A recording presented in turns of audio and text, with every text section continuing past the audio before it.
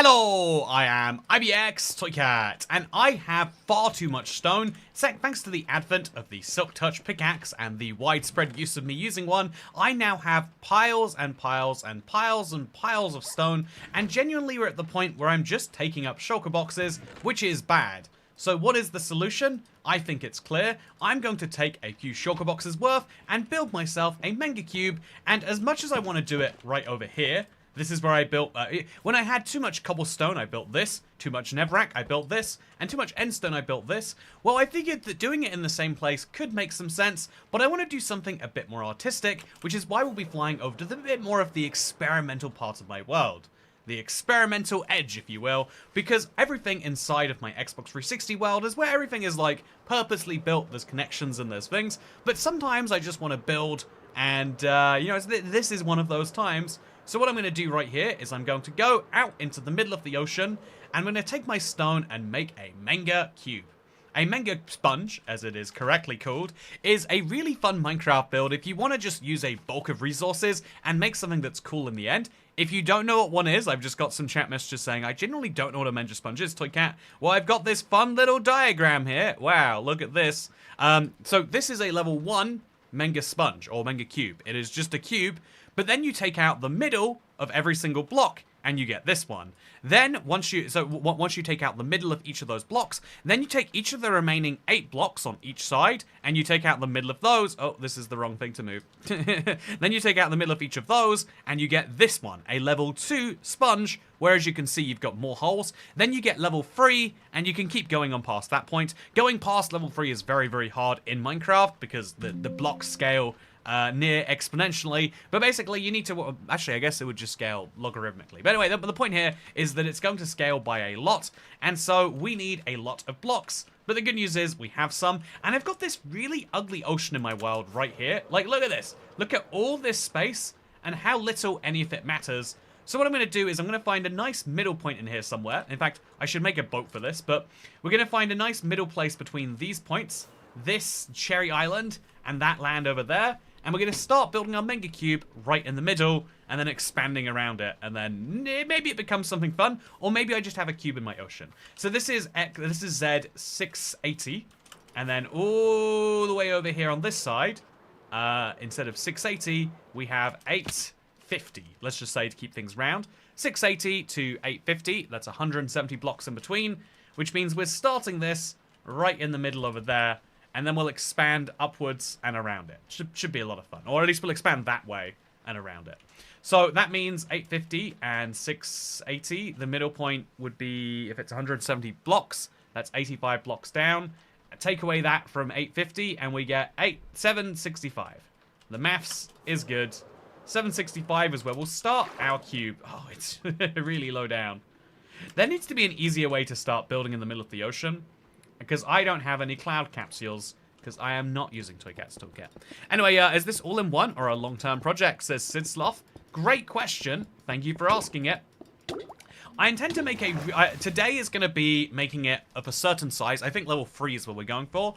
If we go any bigger in the future, that would be cool in its own way. But I think for now, that's our kind of like starting angle point. Okay, so we'll put these blocks here, just so we can place down one of these, and we'll be good to go. Are you going to build it underwater? Honestly, that is a cool idea now that you say it. It is weird that none of it would go below the surface of the water, right? If you think about it, if it's a Menger sponge, isn't there an argument that it should be underwater? But if I build it underwater, I think it just gets entirely lost. Maybe if we expand it enough, we could start putting some of it below the water. But I don't think it's a good idea. I think we're going to start with our stone. And I also have been considering, instead of using stone, what if we use stone bricks instead? It's a one-to-one, you know, version of stone basically, but I think it's a bit more interesting of a block. So let's give it a try. Let's see how it looks, and let's see how this goes. So this is a level, I guess actually, this is a level 0 Menger cube right here. It's just a cube, and a level 1 Menger cube looks like this. We take that same surface and we hollow out the middle on every single side. But again, it gets harder and harder by quite a lot every single time we do this. So now we place this many blocks, and it's a level 1 cube. Nice. Harrison said, check the thumbnail. Oh, did I make a mistake? Oh no, the thumbnail of the news video is what I assume he means there. Great idea. Yeah, I think, yeah,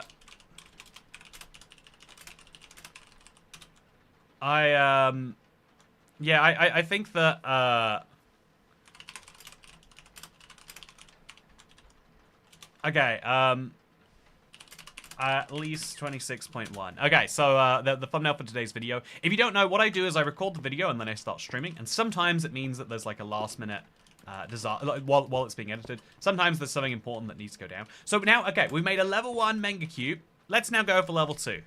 It'll be good. Oh, but yeah, so yeah, it scales by a factor of 20, says Hacker1MC. Every one of these cubes gets 20 times harder to make than the previous one, which is a lot. So that's what we're going to do. Sponges will take a lot of work, though. You're going to get 20 from an ocean monument. Yeah, if you want a lot more than that, it becomes quite challenging quite quickly. So now we build like this, and we make our... So again, this is the fun bit. I've got to be really careful about what I do here. But we have to build a Menger cube next to our Menger cube, just like so. And then we have to build another Menger cube next to that Menger cube, just like so. And we do this repetitively over and over and over again. And eventually it makes kind of a cool fractal effect. That is the goal. That is the vision. That's the way we imagine this, at least. Okay, awesome. So now we have 3 Menger cubes, but you need 27.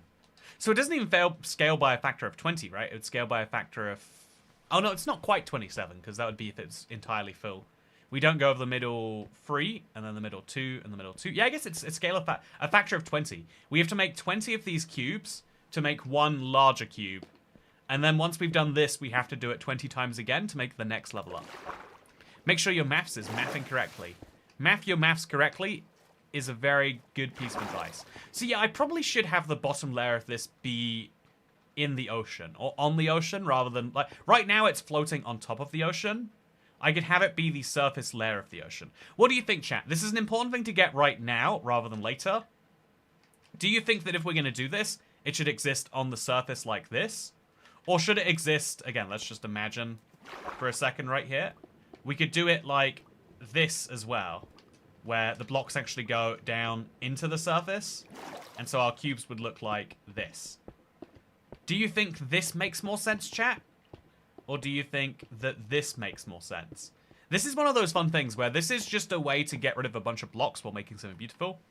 I think that looking on the ocean, I think they both look a bit funky, honestly. A level 3 in a single live stream is a very doable goal. Yeah, I think that is, I think getting this wrong is easy. Make the ocean higher. Oh, that's... Make the ocean higher to fill the sponge.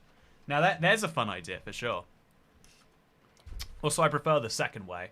Oh, and, but Pretzel Coat Lust prefers the first way. It's tricky. Good to see you, by the way, Dasher and Cat. Merry day, Streamless Day 2. I forgot that I'm going to need a bed to sleep in if I do this. So what I'm going to do is we're going to get this going. WTF, I thought it was starting later, says Antonia. Good to see you. I can't believe you would assume that I would be late. What a terrible assumption. When am I ever late? Besides every stream, which is an offensive assumption, never late. Sunken is better. You know, I'm going to do a quick poll. I'm going to listen just for the first minute here, and then I'm going to ignore the results of that poll and go on my gut instinct anyway. Yeah, actually, you know, let's skip the sham of democracy today, shall we? I do definitely think I should go get a bed now, though.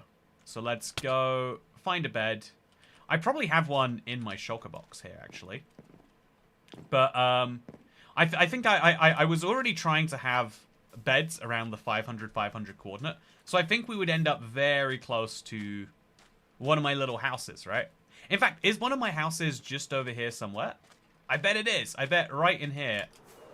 I should have... Yeah, I do have one of these houses, chat. So this is where I can sleep from now onwards. It'll be good. Make the cube light up from the inside by putting glowstone in the middle. Yeah. You don't even have to use glowstone, right? You could use the least obtrusive thing possible. Like, glow lichen, I guess, would be the best. Also, make sure to sub to round ears, apparently. So, yeah, let's go ahead and... Ooh. Do I want some iron pickaxes with efficiency? You can effectively use this to buy XP, because you could disenchant these. I see you're finally building a Menger Sponge Island in your Let's Play. I remember it being a What Not to Build in Survival series. What Not to Build in Survival is just what I am going to build in Survival. If you give me enough blocks and enough time, I will eventually do it. So what do you think of the new Minecraft numbering system? Also, nope, I assumed you'd be on time, and as it said it would start 1925. So I set it to 1910 and then changed it to 1920. Yeah, Sunken probably is going to look the best, cohesively speaking. So I think we're going to do this. Now is the time that it's best to make this decision. So let's just go for it.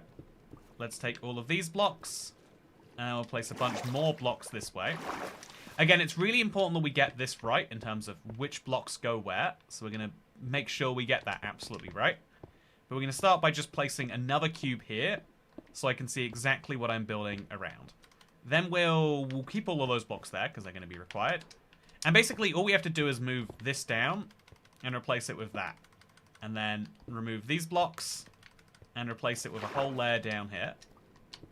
And that should single-handedly, if I now remove this block because it's blocking some of it, that should single-handedly mean that I've got a slightly sunken version of this. And then we have to now move these holes. So that hole goes there. Pick this one up there. And then also there's a hole there that moves down. And that simple change should make everything fine. I hope. We'll see if we made a horrible mistake later. For every hole in the cube, there's a toy cat thinking about the next update while eating his favorite food, says Crocodile75. It's funny you should mention my favorite food. I got a Christmas gift early from my mobile network chat. It was this, and I've been thinking about it every day because it's like the sort of snack you can't really plan your life around, but you kind of need to. I got this festive popcorn slab. Have you ever heard of a popcorn slab? I have not, but I've got this festive popcorn slab, and I had a very like non-carby dinner. So I figured if I end up, if I end up in it rather than going down a train that ends up with me having to ask people their favorite color repeatedly, I figured a good alternative. Is this correct to have holes here, by the way? I'm not sure that it is. Okay, so this is where the next block up now goes. Just like this. And then the next block is over there. If I'm doing this correctly, we are now Menger cubing real good. Except the middle cube of these cubes doesn't go in here. So these blocks have got to go. No, those blocks are staying. Oh, we've got to move all the other holes around here as well. There's a lot of holes to move, chat, let me tell you. More holes than you probably think about. But remove both of those. Place blocks there. Remove both of these. And place blocks over here. And there we go. We're good to go. Okay, chat. I made a mistake, and but I am now fixing it. Very good. Do you have an advent calendar, says Jeff Kalen? Yeah, I've got a couple of advent calendars, actually.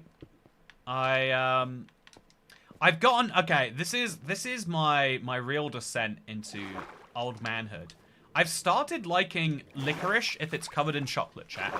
So I got a licorice advent calendar. It's coated in like sugar and chocolate.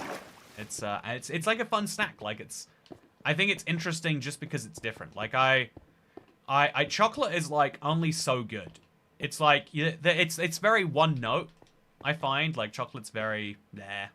And I as much as I want to have like an excuse, or as much as I feel like I need an excuse to say that I'm not really a chocolate fan. Like I feel like chocolate's really good when it's really good, and it's just like I don't know, it feels like something's wrong when it's bad. Also, more holes than you probably think about. You don't know how many holes I think about, pal. That is entirely fair and reasonable. I am sorry for assuming how many holes you think about, Adam Sony. Also, I've never heard of chocolate-covered licorice. Really? You're missing out, apparently. Okay, so now we go around all of the outside, making one of these. Obviously, we can't go around this just yet, but that's fine. And then we make more cubes. More cubes, chat. Cubes on cubes on cubes on cubes. All the way to the top. Again, it's important that we regularly check to make sure that we're actually doing this correctly. It is a very easy thing to make some mistake somewhere and not realize it. Like, I think, chat, we've now... No, okay, this is the mistake here. It's really easy to make a mistake and for that mistake to compound. but it should be a lot of fun anyway. That's what makes it a fun build, I think. Do you know anyone who puked at a dishwasher at a party? Not yet, but, you know, Robot Slaver sounds like we got plenty of time to get to know each other. Hopefully we can have that party at your house and not mine, though, if you don't mind me requesting. Honestly, yeah, when it's someone else's house, a lot of party faux pas become party funny pas, I guess. But yeah, I would... Oh, no. I accidentally filled in the block there. So, as you can see, this is now the front. It's still not quite a level 2 Menger Cube, but it's the front of a level 2 Menger Cube. I think sinking the bottom into the ocean is going to make it a bit weirder overall, especially of all these, like, water holes. But this is the price that we must pay for what we are doing here. So now we fill in all of these blocks, including making sure we keep the holes in there, though. So that goes there, and this goes over here. And then we do the same over here. And we're back to good. Yeah. Life is good. But yeah, yeah, it's good to see you, Polymush, as well. Happy Streammas. Merry Streammas, even. I found this Christmas shirt. I think I must have bought it last year. I would like to, you know, I think it's funny how many, like, odd items I own, because I was like, well, it would be fun for the one time that I need it. And then I'm like, I'm a bit too much of a hoarder to actually... You know, there's a lot of things in life where the only way you can really justify it is by being like, if I enjoy this once, that will be enough. I think it's really easy to tempt yourself into being like, oh no, I have got the thing, therefore I must enjoy the thing every time that I possibly can. Sometimes you need to know when to, like, let go, right? You need to just say, if this is, you know, like, if you need something for one time, try and find another use, but accept that you won't necessarily get it. And, but yeah, every year I find something seasonal that I bought, and it's like, oh, now it's ready for the next season. Which makes me, you know, I've had this realization, chat. When I was younger, I thought that people were absolutely full of, just full of garbage. When they thought, like, oh yeah, well, a season's coming, so isn't that exciting? And it's like, why would that be exciting? Okay, so we've made a lot of mistakes here. Let's just remove this, start it again. Why would a new season, like, I just didn't understand. Like, you know, people being like, winter's around the corner. It's like, why would you be excited? Like, especially in the UK, like, I like that we have pretty mild weather. You don't really have to worry about the weather here. So why are you so stressed, perplexed, and vexed about it all? And, you know, why is, you know, like, why is Christmas season something to be excited for, besides the fact that it contains Christmas? Man, I am making a lot of mistakes. But I'm fixing them. Yeah, just, like, basically, I spent most of my life not really caring. And, you know, one of the things that, like, I had to learn this around was, like, oh, yeah, everyone I know gets really antisocial around the winter, and everyone gets really social in the summer. So just, like, plan my life accordingly. If I want to do stuff with people, plan it for the summer. If I don't, you know, if I want to spend time alone playing video games, oh, winter's the best. I could be playing RuneScape every day this week, and, you know, the only real concern are the people who watch my videos. Anyone else is going to be like, yep, Toy Cat's gone off the radar for a little bit. That's fine. I'll see him again in January. Anyway, so I enjoy fishing in Minecraft. I don't have a problem. I can stop whenever I want. It's really good, Cat. Underappreciatedly good too. I hate how many people are like, yep, so I set up the auto fisher, and it's like, but you're taking some of the game in the game and you're automating it away. Why would you do that to yourself? Also, thank you for saying nice shirt, Toy Cat. Anyway, so I've come to realize, like, because, you know, like, a year, like, the idea that you would be excited for, like, the weather seems very much, but then I'm realizing, like, oh, this is an age thing, chat. This is an age thing. I think that the older you get, the faster so this is a well-known phenomenon, that as you get older, each new year represents a smaller part of your overall life. And so, time feels like it's going faster. You ever heard the phrase, like, time flies, or, like, you know, time moves like an arrow, or whatever the ridiculous phrase is. But if you've ever heard someone say that, it factually is accurate. As you get older, time literally moves faster for you, at least in a perception level, because your memories Your brain stores a big collection of all your memories, but it... Oh, this is weird. Your brain is storing this big collection of memories. Is this right that the two go next to each other? I guess it must be. Meanwhile, I'm being more sociable now than in the summer. Oh, that's good. I'm genuinely very happy for you. I'm more sociable in the stream sense of the word. Maybe I'm parasocially social. But yeah, so like, because over time, your life, every new year becomes a smaller part of your overall life that you've lived. Okay, let's see what this looks like, chat. This is a level 2 Menger cube. We did it. This is super nice. Oh no, we technically didn't. Look at this block over here we've missed. Yeah, I feel like this is going to be right for those sorts of blocks that are just missing. So we'll do a quick double check of this one before we build anything else. Yeah, this block is still misplaced. So fix that. Then we'll look around all the sides anyway, just to be sure, and then we'll swim home. This looks a bit wonky, but it is fine apparently. Yeah, we did it, chat. We built a level 2 Menger cube. It's not that great of a challenge, but now building a level 3 one is where things get fun. Okay, so you missed the block on top of. Oh, thank you. Okay, we'll go back and get that, and then we can say. But thank you for saying nicely done, Dasher. I agree. Very nicely done here indeed. So why do British people have their laundry mats in their kitchen? First of all, you're saying that America... Okay, you know, no. I'll come back for you, Robot Slaver. You have to ask me later. I'm going to finish my thought first. So, yeah, I think that as every year becomes, like, a smaller part of your overall life, time feels like it's going faster, which is kind of scary. Like, as you get older, like, big things just, like, zoom past you. You're like, everyone I know all of a sudden got married. All of a sudden, I'm basically dead. That's a scary thing to think about, actually. You know, like, waking up one day and being like, life is gone.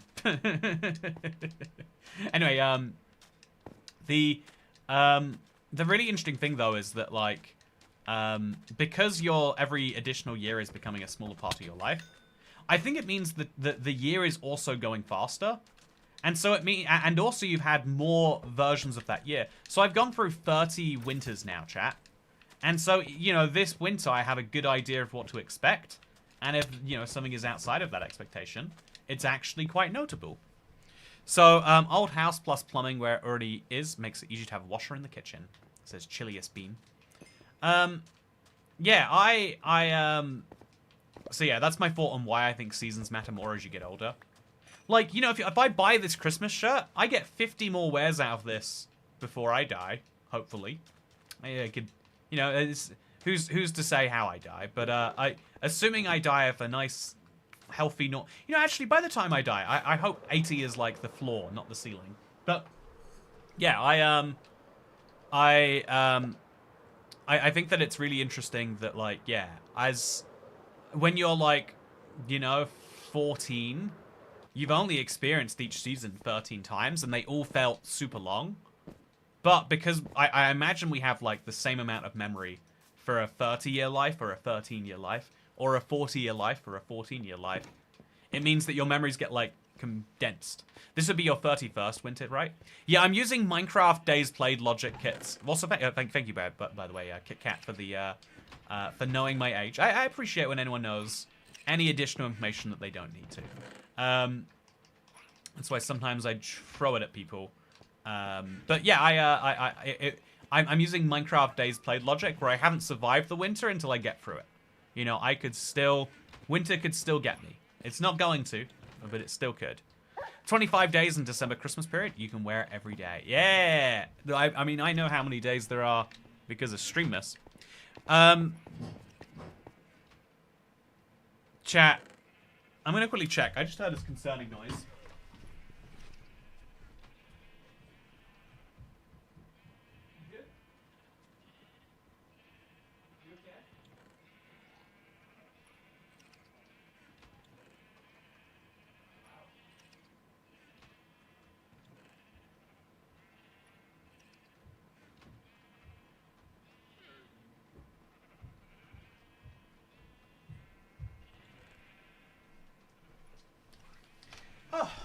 Okay, no one's being murdered. That's the good news. So what I'm going to do is I'm going to take my orange dye. And I'm going to take a bed. I'm just going to make a nice orange bed to bring with me, just to make sleeping easier. Oh, Christmas is the 12 days after and including the 25th anyway, so wear it into January. Oh yeah, I think I'm quite an anti-traditionalist when it comes to... Weirdly, when it comes to traditions, I'm an anti-traditionalist. I think that traditions are whatever you make of them, and the 12 days of Christmas needs to get its branding together, because everyone knows that Christmas is one day, and everyone knows advent calendars count up to Christmas. Also, why is the stream quality so bad? Set the quality better. I'm just going to assume you're on your phone. Set the quality higher. Pro tip. I've survived about 8,800 IRL days. What's your score? Have you survived more real-life days than I've survived Minecraft days, Dasher? Amazing. Good job. Okay, so here's what my cube looks like from a distance now. It's made a nice little improvement. I think we can all agree. But we could be doing better than this. I never understood the 12 days of Christmas thing. Yeah, exactly. The branding is so bad that I think it fails to exist as a concept. It's like, a fun fact about Christmas is it's not actually, it's very unlikely that Christmas is when, any of the religious stuff happened. But the Romans were in town and they were trying to make people believe, new Christian things, because that religion was all the rave at the time. And so yeah, we're going to build a cube here next, right next to our existing one. Which means we have a big row over here, and then we'll have a big row that goes over here. And eventually we'll build a whole nother cube out of thin air. It'll get faster and faster as we build more of them, as we start to learn how to do this better, because it is a little tricky. It's a little inconsistent, the pattern, compared to how you would build it mindlessly. But that's some of the fun, I think, is working this out as we go. Anyway, though, yeah, so then we'll go there, and then we'll cross over here, and then we just remove a block there, and then a block here, and a block there, and we've got the base level sorted out. The next level is a bit more confusing, but we'll still go for it. But yeah, dear Lord, someone Google it for him. Yeah, it's like, why is my stream quality and my terrible internet bad? I know, yeah, it's interesting because, okay, I really feel this. I think that the age of... Okay, actually, I think that our human bonds are getting worse, chat. And I think that is a problem. I watched I watched a little YouTube clip today of the finance minister of Greece. And he was talking about how, even he's like a super, like anti-technologist, socialist. He's very against the idea of big corporations and stuff. But he's like, look, my friends, when they recommend me a book, they're not very, their book recommendations aren't as good as when Amazon recommends me a book. I hate Amazon, but Jeff Bezos knows how to get me a book recommendation. And it's an interesting thing because that's kind of true for, all information, right? Everything is now easier to find, not with a person than it is online. And so we're used to, and because of the fact that we know that to be true, we kind of speak to machines a little rudely because it feels weird to say, Alexa, please, could you do this? And so we're so used to getting information on demand all of the time that when there is a problem, we just assume that, oh yeah, well, we've got, less ability to, communicate with other people. Oh yeah, I don't like that I'm having this problem, and I would like to wonder, is it something that you can do anything about? Or how do we fix this? But instead it comes out because, someone's just frustrated as, my internet, stream's not working, Toy Cat, fix it. And it's like, I cannot go around your house, and there's no way I can do that for you. I cannot work the miracle that you are requesting from me. And, yeah, I think it's an interesting flaw in the information age, is that as we get AIs that are better and better at working with people's, with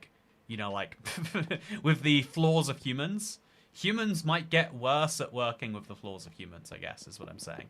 Okay, so now we're building another one of these, going all the way around and across. I think I built one too many blocks, but it's fine. Next paid win idea, Toycat becomes Alexa for chat. Give me $5 and I will answer any question as honestly and truly as I can. It's a fun idea. I don't own an Alexa anymore, but when I did, I would always say thank you to it. Yeah, I used to, at first I thought I was being silly, but I think it is like a, when you start being rude to even a device, it takes away some of your humanity. It helps you appreciate that, like, manners are not about the recipient. They are partially about you too. And that is a lesson the world doesn't teach you. I think maybe even it's a lesson we could specifically say that, like, you know, like a lot of people's upbringing misses. Because the reason that your parents are going to teach you you need to be nice to people is because you're not nice to people and it makes them look bad. So they're like, look, here, whether implicitly or explicitly, they say you've got to say sorry, you've got to say thank you. And you will assume logically that, like, oh yeah, well, the reason you say sorry and thank you, or please and thank you or whatever, is because you've got to be nice to the other person. But it's also good for yourself. You know, like, even though you pay to be at a restaurant, for example, you still shouldn't treat them like they are your slaves. A classic example of this is like customer service. I think we are really, really bad. And to be clear, I think I struggle with this. So people who aren't thinking about this probably struggle more. It's really hard to be polite and friendly to a customer service agent when it's not going the way that you expected it would. You know, like you know, you know, like I don't know, your flight gets delayed, and then you say, okay, so you're gonna put me on the next flight, right? And they say, no, your next flight is 3 days from now. Hope that's chill. And you could be like, oh, I don't think you should be doing this. I know that legally you're not supposed to. So could you please do the thing that you are meant to do? And they'll be like, it's the, you know, like in moments like that, or even if it's just like you generally don't know what your expectations should be. Like if I don't know, like there's so many cases where, like, yeah, it's hard to know what you are, and you know, it's hard to know what the correct solution to something is, and it's easy to just kind of melt down and be like, look, you fix this for me, give me the you go do, yeah, but you've actually got to be polite to people because it's a real person on the other end, even though that person represents the mouth of a giant corporation that will effectively be, you know, profiting from you. It's still, you got to be real nice about it. Also, what is a Menger sponge? A Menger sponge is when you take a cube and you take out the middle block, and then you take it out and you do it again. Right now, we are taking out the middle block and doing it again for a third time to make a giant sponge in our ocean. The voice assistant's always felt weird to me, says Dasher. I played around with Siri as a kid, but never touched anything like that since. I just don't see the point. Yeah, if you want a tech discussion out of this, because I loved a tech discussion. Yeah, the tech discussion is, I think that Siri and Alexa and Google or whatever all seemed like they were the future, and then we realized that basically the only thing you actually want to do with them is use them as a timer or ask them the weather or like really basic maths. Because voice is not a natural interface with technology yet. One day it could be, and that's the problem that the AI thinks it is solving right now to some extent. But it is still a tricky part of this. So, also why, says Polymush. Oh, we're building it because I've got a bunch of blocks I'd like to get rid of. Is that a good enough reason? You can decide. But it is my reason nonetheless. Okay, so let's put this down here and let's go to sleep. Cat Beanie says, I was in Primark the other week and there was one clearly disabled member of staff working the till and people were losing their minds because he was slow. He was so nice as well. Yeah, it's like, because to an extent, you want your interaction with, you know, like, I think that companies have kind of primed us to think this way, that our interactions with them should be kind of inhuman, right? And that's reasonable because they want the interaction to be as clearly, here we have a jumper that cost us £6. Please buy it from us for £7. And then and then never come back ever again because that will dig into our margins. And then if we don't have our margins dug into, we can make sure we can sell it for £7 and not 8. You know, do you ever have, like, one of the most infuriating things in life is like the simplest of things other people will make a big deal out of. Like, you know, to go the other way, sometimes you'll have a really slow customer experience because someone who is buying a jumper or buying a whatever that you're buying at Primark, they'll be like, they'll have a long conversation with the employee, and you're like, no, that's not. If you wanted to have a conversation with someone at the store, have it with someone who is not, you know, in a line, who is just there and free all the time. You know, you're clogging the human, but in a way, that's me being inhuman and saying, yeah, that human's right to a conversation does not outweigh my right to be able to buy these goods. It gets more complicated because, like, you know, should I just be able to, at what level, you know, at what point are you just entitled to say, I'll have this then? They can stop me on the way out if they want me to pay. I feel like for restaurants, that's like especially true. It's my biggest pet peeve. Is sometimes how disastrously difficult it is to pay at a restaurant. And it's like, why are you making the part of the process where you make the most money the hardest? Anyway, I had that happen to me working retail. Luckily, I was backed up by colleagues. Yeah, I'm glad. First of all. Also, is the soul a spiritual symbol thing? Oh, Robot Slayer, you're asking big questions, but you're not coming back to your other ones. You went also. Thank you, Ifamida Eloisian.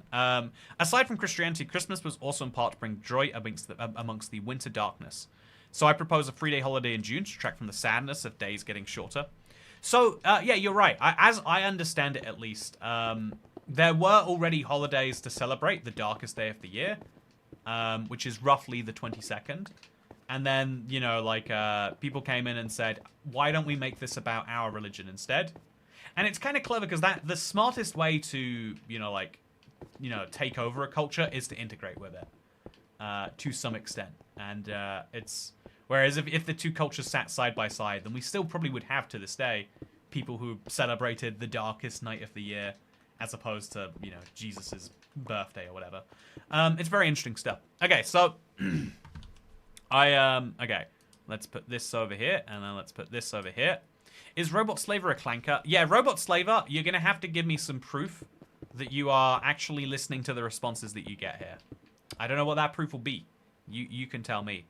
How long are you planning to stream? Don't tell me 4 hours. Exactly 2 hours. Or exactly till I make a level 3 cube. It's a simple idea, but a fun one nonetheless, I think. Oh, this is cool, says Causology. Hey, thank you. I agree. I think this is cool. It is getting there too. You can see it slowly starting to come into place, which is nice. Yeah, I also thank you 66 Rivers for telling them how to see when I explained what a Menger cube was. It was at the very start of the stream. If you want to go back for it, if you have just joined right here, make a Menger with conduits and prismarine. I like the ridiculous idea of it.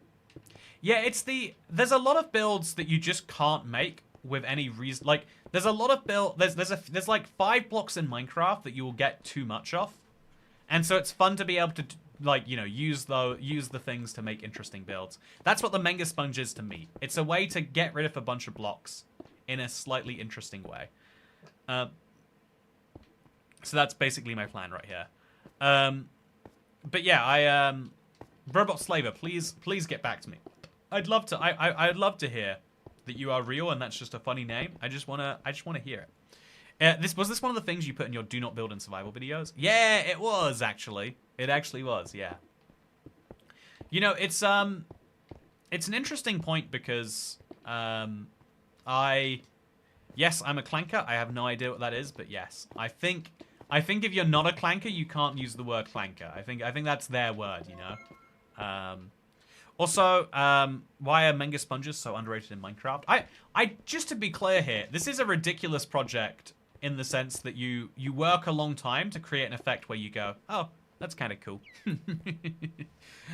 Also, is it a Menger sponge if you're making it out of stone? Yes. I don't even, in my mind it's called a Menger cube, but I did fact check it before the stream. It's called a Menger sponge. And I guess it's the reason behind it is that if you do it infinitely, you get a structure that has an infinite surface area, but a 0 volume. If you get that, there's no inside to this structure, but yet a lot of things could get trapped inside of it. It's an interesting concept in my opinion, and it's what we've got right here. So yeah, chat, someone said I was missing a block from the top here, so I'm gonna go check to make sure that's not right. Oh, I can see the missing block right here. Yeah, there we go. Okay.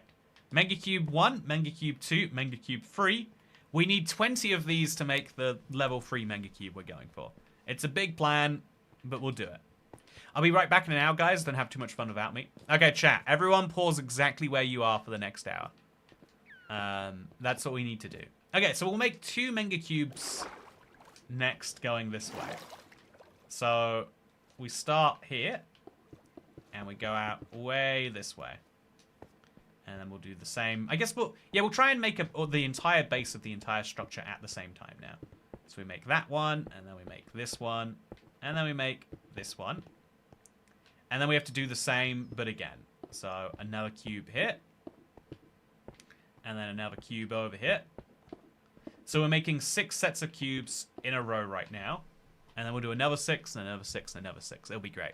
I'm using streamers to be productive. What sort of productivity are you getting up to right now, Xavier? Give me an insight as to what productive means in your world.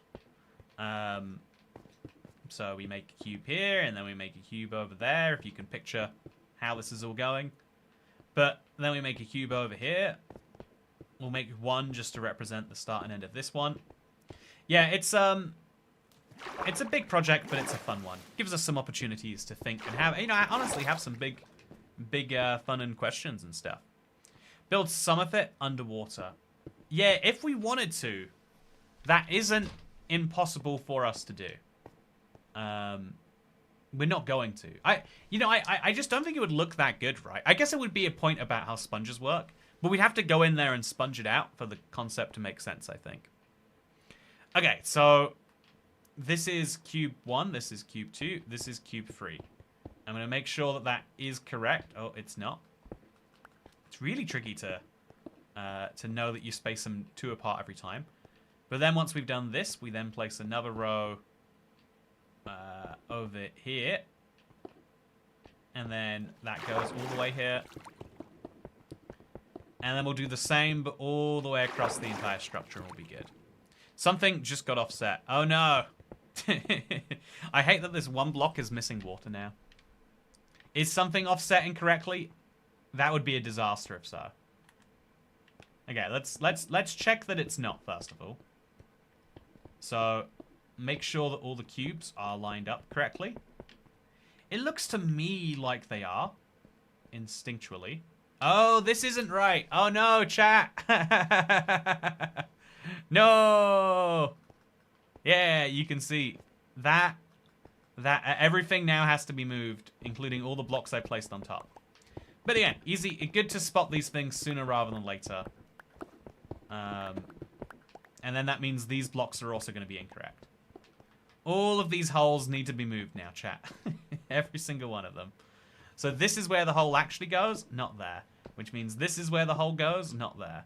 Which means this is where the hole goes and not there. And the whole thing has to repeat over the entire thing. Okay. It's crazy, but as long as you spot it early, it's good. I think this could drive you to genuine insanity if you wait long enough.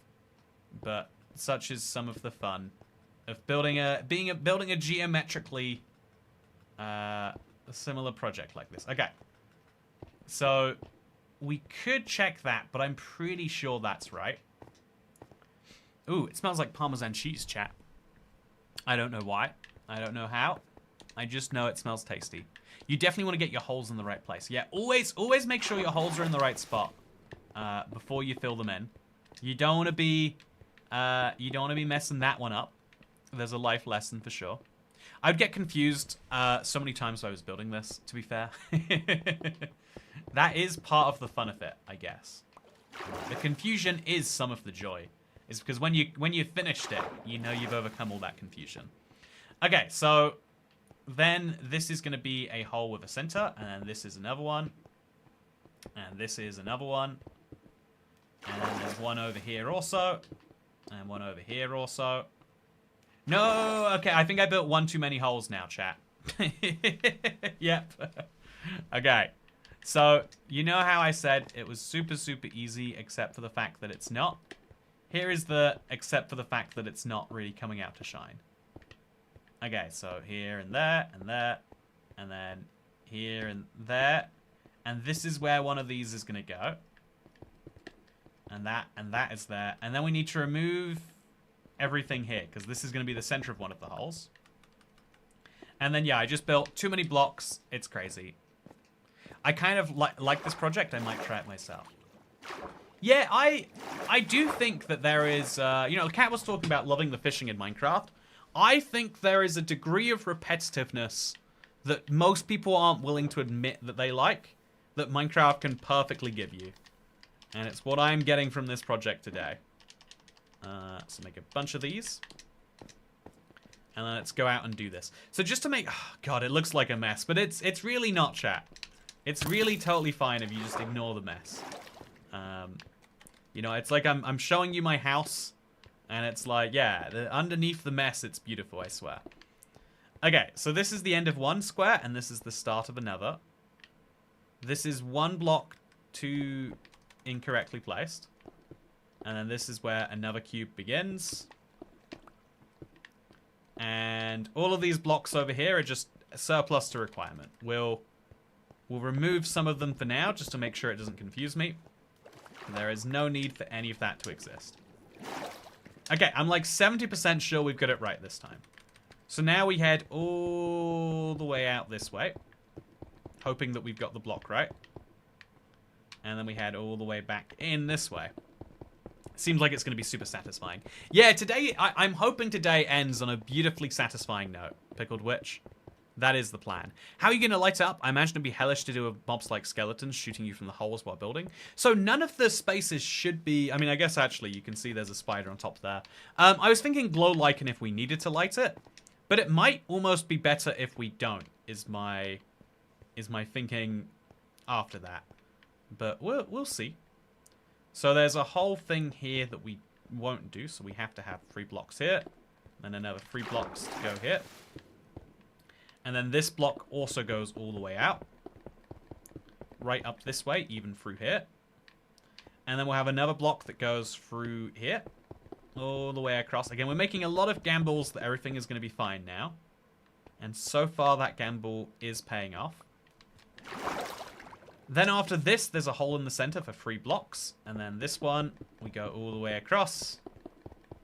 Yeah, it's a lot of placing long lines, which is nice and satisfying in its own way, right? There we go. And then we fill these in to make sure we get the holes. 2 blocks and then 1 block, and then 2 blocks and then 1 block. Yeah, nice, nice. Then we do the same over here. 2 blocks and 1 block, and 2 blocks and 1 block. And once you get the pattern down, everything starts to work a little bit better, I think. The fact that some of these don't have water in and some does is going to be kind of funny. But yeah, I'm more concerned about the C word spawning and exploding than spiders. Let me tell you, explosive holes is a scary concept. Sorry, I can't read the word C word and not assume that you must mean something different to what you do. Okay, so then we have another thing go over here. All the way down. And we have another one go here. All the way across. And just like this. Slowly coming together. It's beautiful, chat. No, is it beautiful? Something is wrong. I don't know what's wrong. Something is wrong, and I can't... It's not a good feeling to think that there's something off. Oh, no, yeah. What have I done wrong here, chat? This is 1 block misaligned. This is where the holes need to be. And so that needs to go. Wait, no. Yeah, we made another mistake, I think. No, we haven't. We haven't. This... We get in there. And then that goes there. And that goes here. And that goes there. Okay, chat, we're back on track. As long as you make small enough mistakes, they're easy to fix. Wet Menger sponge is lol. Yeah, I mean, it's a Menger sponge that it's doing its job and it's taking all of the water. Something is very wrong. I think we fixed the very wrong. It's the good news. The very wrong is gone. We are just left with the slightly wrong, which is much more dealable with. And we place blocks there and here and over here. And you can see the whole bottom level is coming together. No, this is wrong too. Oh, no. Okay, yeah, this is bringing back. It's very easily salvageable though. So this is there, that is there, that is there. Yeah, nice, nice. So then it's just that this cube needs to be one to the right, and that cube needs to be one to the right. So here and then here and there, and then no, wait. There's a mistake somewhere, I think. But we got it. We got it. Yeah. Chat. I think as soon as we get that locked down, we've done it. We've got the bottom layer put together. Everything is functional.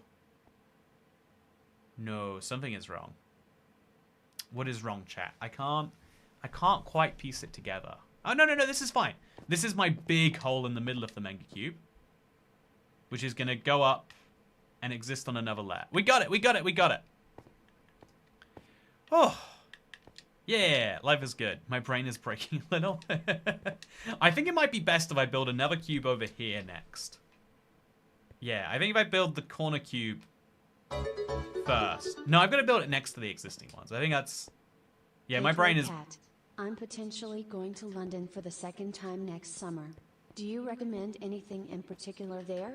Already did and ate the typical tourist stuff the first time there. Smiley face emoji. So that is what I love to hear. I have been struggling for a while with how to recommend. So there's this real problem. I have a lot of people get so into where they live as a culture, you know, a way of life, that they just don't know how to give recommendations anymore because they can only think about the world through their own lens of how much they love and know their city. So when someone first comes here, even though it's something that I think is like, yeah, I see it all the time and it's not that interesting, I still say to people like, you know, go look at Buckingham Palace or, you know, go see the changing of the guard. I saw that for the first time recently. It's like, oh yeah, that will blow your mind at how we have so many weird things that are part of tradition and culture. And if you're not from a place with as much tradition and culture, it's crazy to see. So I think there's a lot of stuff like that I would recommend your first time. But your second time is a much better time for recommendations, Ziggy Price. So Ziggy Price, you have paid me, and so I will give you the best recommendations possible. I would say if you're coming to London and you want the kind of like I would say your second trip is basically down to like, what vibe did you like the most on your first trip? If you went to somewhere like Camden or Shoreditch and you kind of like the slightly artsy scene, then, you know, try places like Peckham, try a place like Dalston, you know, that maybe you wouldn't have like necessarily seen something in your first trip. You'll see some weird places and some, you know, like artsy concepts basically. It can be a lot of fun. If you like the bougie end, you like the Mayfairs or the Kensingtons of the world, then try Greenwich, you know. You might it's amazing to me that there is a village inside of Zone 2 London. It's something that's very, very fun to see. They've you know, they've got a very interesting comedy scene over there too, I think, in a lot of London. Also saw Buckingham Palace and the change of the guards the first go around. It was neat and mesmerizing to watch. Yeah, exactly, right? It's like one of those, like, it's to me it feels, you know, if you really, a part of me wants to be too cool for school and say, yeah, you don't need to see it. It's because it, you know, it's like trying to tell someone what they should build first in Minecraft, and it's like probably a house, but a house isn't that interesting of a Minecraft build. But that's because I built so many houses before, and so the same thing is true for if you're going to recommend someone something or someone. I think you missed one up there. Oh, I did. You're right. We got it. We got it. Thank you, Dan Mahoney. But hopefully we'll get them as we go anyway too. So yeah, let's now. I would say that the thing that the weird things that I would say, like, you know, you must do if it is especially if it's like a limited time trip. I really love. There's a bar called Bar with Shapes for a Name. It's called that because its name is like square, circle, triangle. It's like a fun. A lot of people I've taken have like disagreed, but it's like they have in my opinion some of the weirdest drinks. They use like a centrifuge. They're big on the like making it into a science, which I think is fun. Yeah, I would say that's my next recommendation. Otherwise, I would say go to the Sky Garden, or actually, no, go to the Tate Modern. There's a really cool view of the top of there. And it's an art gallery too. So yeah, there's my recommendation. Go watch some comedy. I think we've got one of the biggest scenes in the world. Go to a bar with shapes for a name, and then go to either go to a like slightly more off the beaten path spot that you otherwise might not be able to. The Peckhams, the Dalston, or the Greenwiches of the world. Because then you'll see something different. Ziggy Press, if you like Cyberdog, you might look at the drum sheds. Oh yeah, there is a rave venue in an IKEA that is shockingly popular. Like all sorts of people in the walks of life that you would not expect to go to a rave. Oh no, we built one we didn't need to here, chat. Oh, what a waste. We need to demolish a cube. This cube does not need to exist. It should not exist, and so we will prevent it from existing. As sad as that may be. Okay, then we'll build the cubes that go all the way along the top here. Easy peasy. Have you met Dan and Phil? Honestly, for their sake, no. Thanks for recommendations. I'm gonna have to stay away from anything involving hypes as I'm terrified of them. Definitely gonna hit the bar of shapes. Yeah, come back in the stream and tell me about how bar of shapes goes for shapes for a name goes. I would love to hear your experience. It's a really bizarre place. Like if you go in there, everyone wears an outfit according to how long they've been working for the establishment. So if it's a primary color, they're a founder. There's so much lore to a drink place, and I love it. It's personally, it's my sort of thing. Anyway, have you I have to get ready for work. Someone help him fix it, says Shadow Landman. I think we fixed it. I think we're good. Are the museums still free to visit in London? Used to love that when I was broke AF living there. Yeah, it's one of those weird policies, really. Like, most of the time we see tourists as being like a milkable source of revenue. But in London, the museums are free. They still ask for donations, and it's a bit of a thing, you know? It is a whole thing. That is for sure. Also, I built one of these too. No, I built so many cubes I don't need to, chat. Also, it's nighttime. Let's go in for the day. It sounds more like a secret society than a bar. Yeah, maybe that's what I like in my life. I think everything in life can benefit from a little bit of lore. And why not this too? Yeah, I also sorry for all the bugs on Bedrock. How's that been working out for you, says Zoe? It's gotten a lot better. Like the Windows version of Minecraft, I still it crashes an uncomfortable amount of the time. And that's bad. But I don't know, like I'm gonna try and give you the real, you are asking me this person to person, what is my response? Bedrock is, you know, like I'm not gonna try and play this up for the sake of, you know, dramatizing it. Like is the standard to make it a big thing right now. Bedrock is going through something. It went through something special, and it really felt like the veneer of caring about Bedrock went away when they released an update that everyone said was horrifically broken, and they just decided to throw it out there anyway. It felt like the classic "we are not paid enough to care" move, but by a company that puts so much work into showing that they do care, or that pretending that they do care, maybe. And it was such a bizarre thing to roll that update out with all of the flaws that were known, and then all of the extra flaws became known afterwards, and they didn't fix it. They were like, we'll get round to it, I guess. So that's really where I think my thoughts rest with that. Is like, it was just weird that they released it at all. No, there's meant to be a hole here somewhere, right? No, this is after the hole. We've gotten the hole in, hopefully, and then we're building up from that hole. Yeah, that's correct. There's going to be blocks all the way along here. It's going to be good. So block there, block here, block here. In fact, we should do the blocks first, I guess. So block here, and block there, and block here, and block there. Make sure we get these right and that they line up with where our holes are elsewhere. And then we should be good to go. Yeah, I think doing this layer by layer in little sections like this is definitely making my life a lot easier. And now we finish it, and we get a bunch of cubes out of it. So I still need some more I still need some more stone bricks. Thankfully, oh, there's soul speed in this one. Thankfully, I can grab those anytime I want to. And then just put this right back in my inventory. The first layer in the water has a misplaced hole, but we'll fix it eventually. As long as it's just a misplaced hole and it's not the whole setup being broken, I am thankful for that, at least. So yeah, we need to go in the middle here, and we need to make sure this has the correct holes before we put the top on, and it gets a lot harder. There we go. Easy peasy. Now, let's go put the roof on this. I have a ton of obsidian because I removed end pillars, so I'm going to build a huge Menger sponge out of them. Yeah, obsidian would be a really dramatic one to make. I also have a ton of obsidian too. I think I'd like to use it somewhere big and impactful.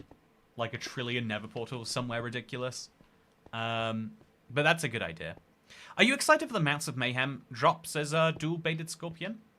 Yeah, I really am. I think that it's the sort of thing that will allow me to do a couple of silly challenge playthroughs.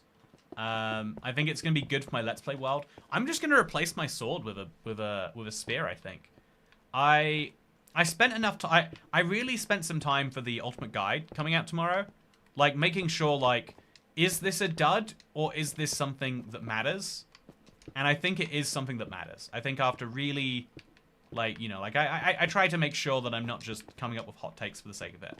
I think I want to know, as close to the truth as I can give people, what is the deal with this? And the deal is that it's pretty good, I think. So that's 3 blocks. So if that's 3 blocks, then why did I place more than 3 blocks over here? I think, yeah, this is fine. This is good. This is what we want to do. 2 blocks and 2 blocks and 2 blocks and 2 blocks all the way around. So many blocks, chat. Just blocks everywhere, all of the time.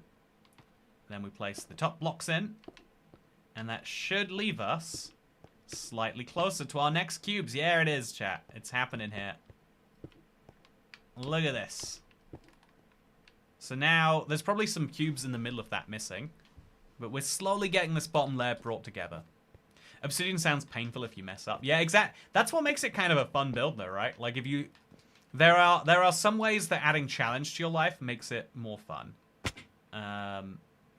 So yeah, this is going to be missing a hole, but this does not. So let's now put the blocks in over here, over there, and over there, and up there. And then we need to do the same, but from down here. We can't do that.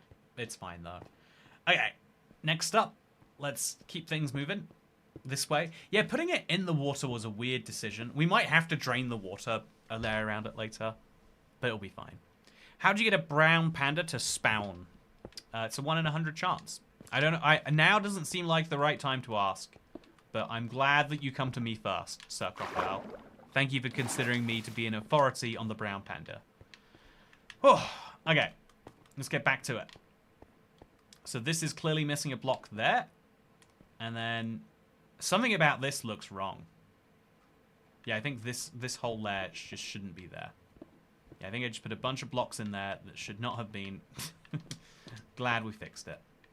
And then we have to bring this up a layer.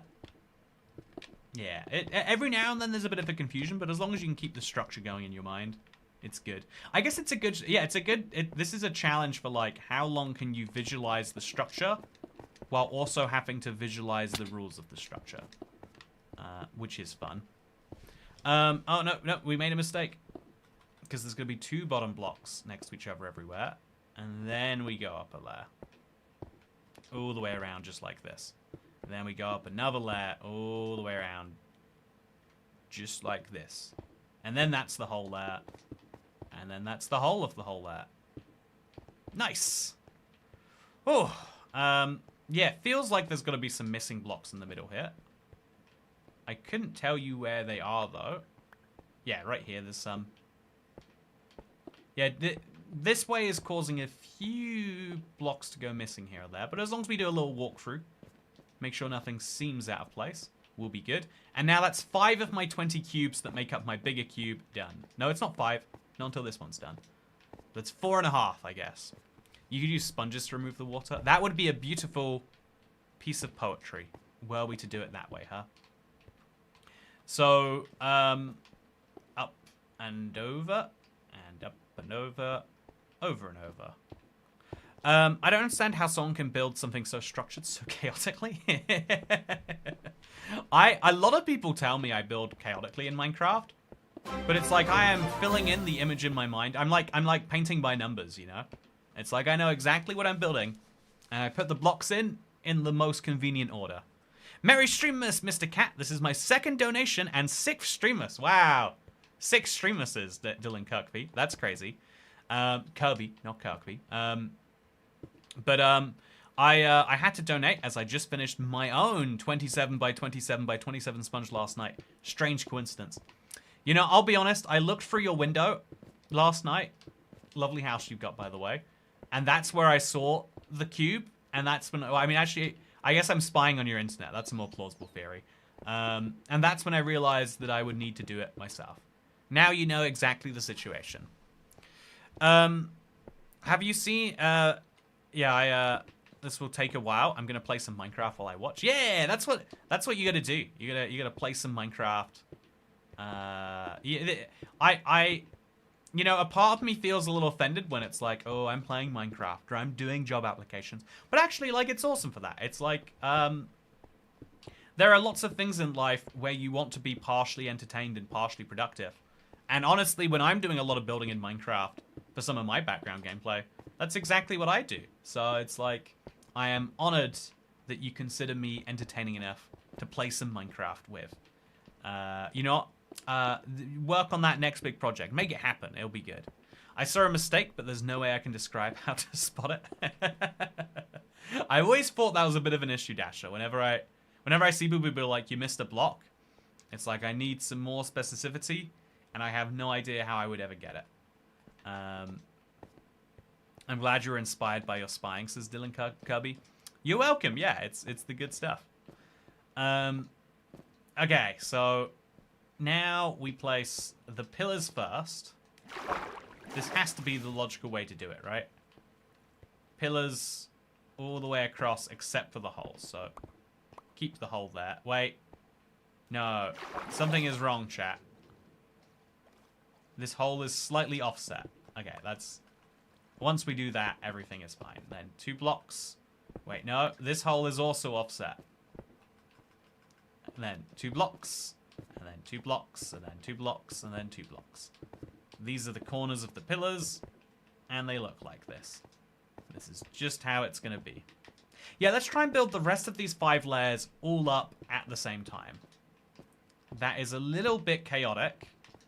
But we'll see if we enjoy building it this way as we do it, right? So then we also are going to... So these holes all do stay there. No, that's incorrect. That is incorrect. And then we place block here. All 3 of these blocks are going to be pillars. That doesn't seem right. But I guess it is right. Yeah, that's correct. And then 2 blocks here, and 2 blocks here, and 2 blocks here, and 2 blocks here. And we do this all the way... Wait, that's misaligned. No, that's not misaligned. No. Yeah, that block shouldn't be there, chat. We've missed... That needs to be there, and that needs to be fixed. So that might be the issue that Dasher saw. Or it might be that there's a whole host of issues, and this structure is one you know, survey away from falling in on its own hubris. I made a 729 by 729 sponge in my creative world. That is the next level. That's the next level. That's like what, level 6? Congrats, Zoe. I agree your approach to building is always just chaos to me. It always breaks my mind. I hope you're loving the chaos at least. Let's see if my video has come out yet, chat. I'm excited for it. Hey, it has.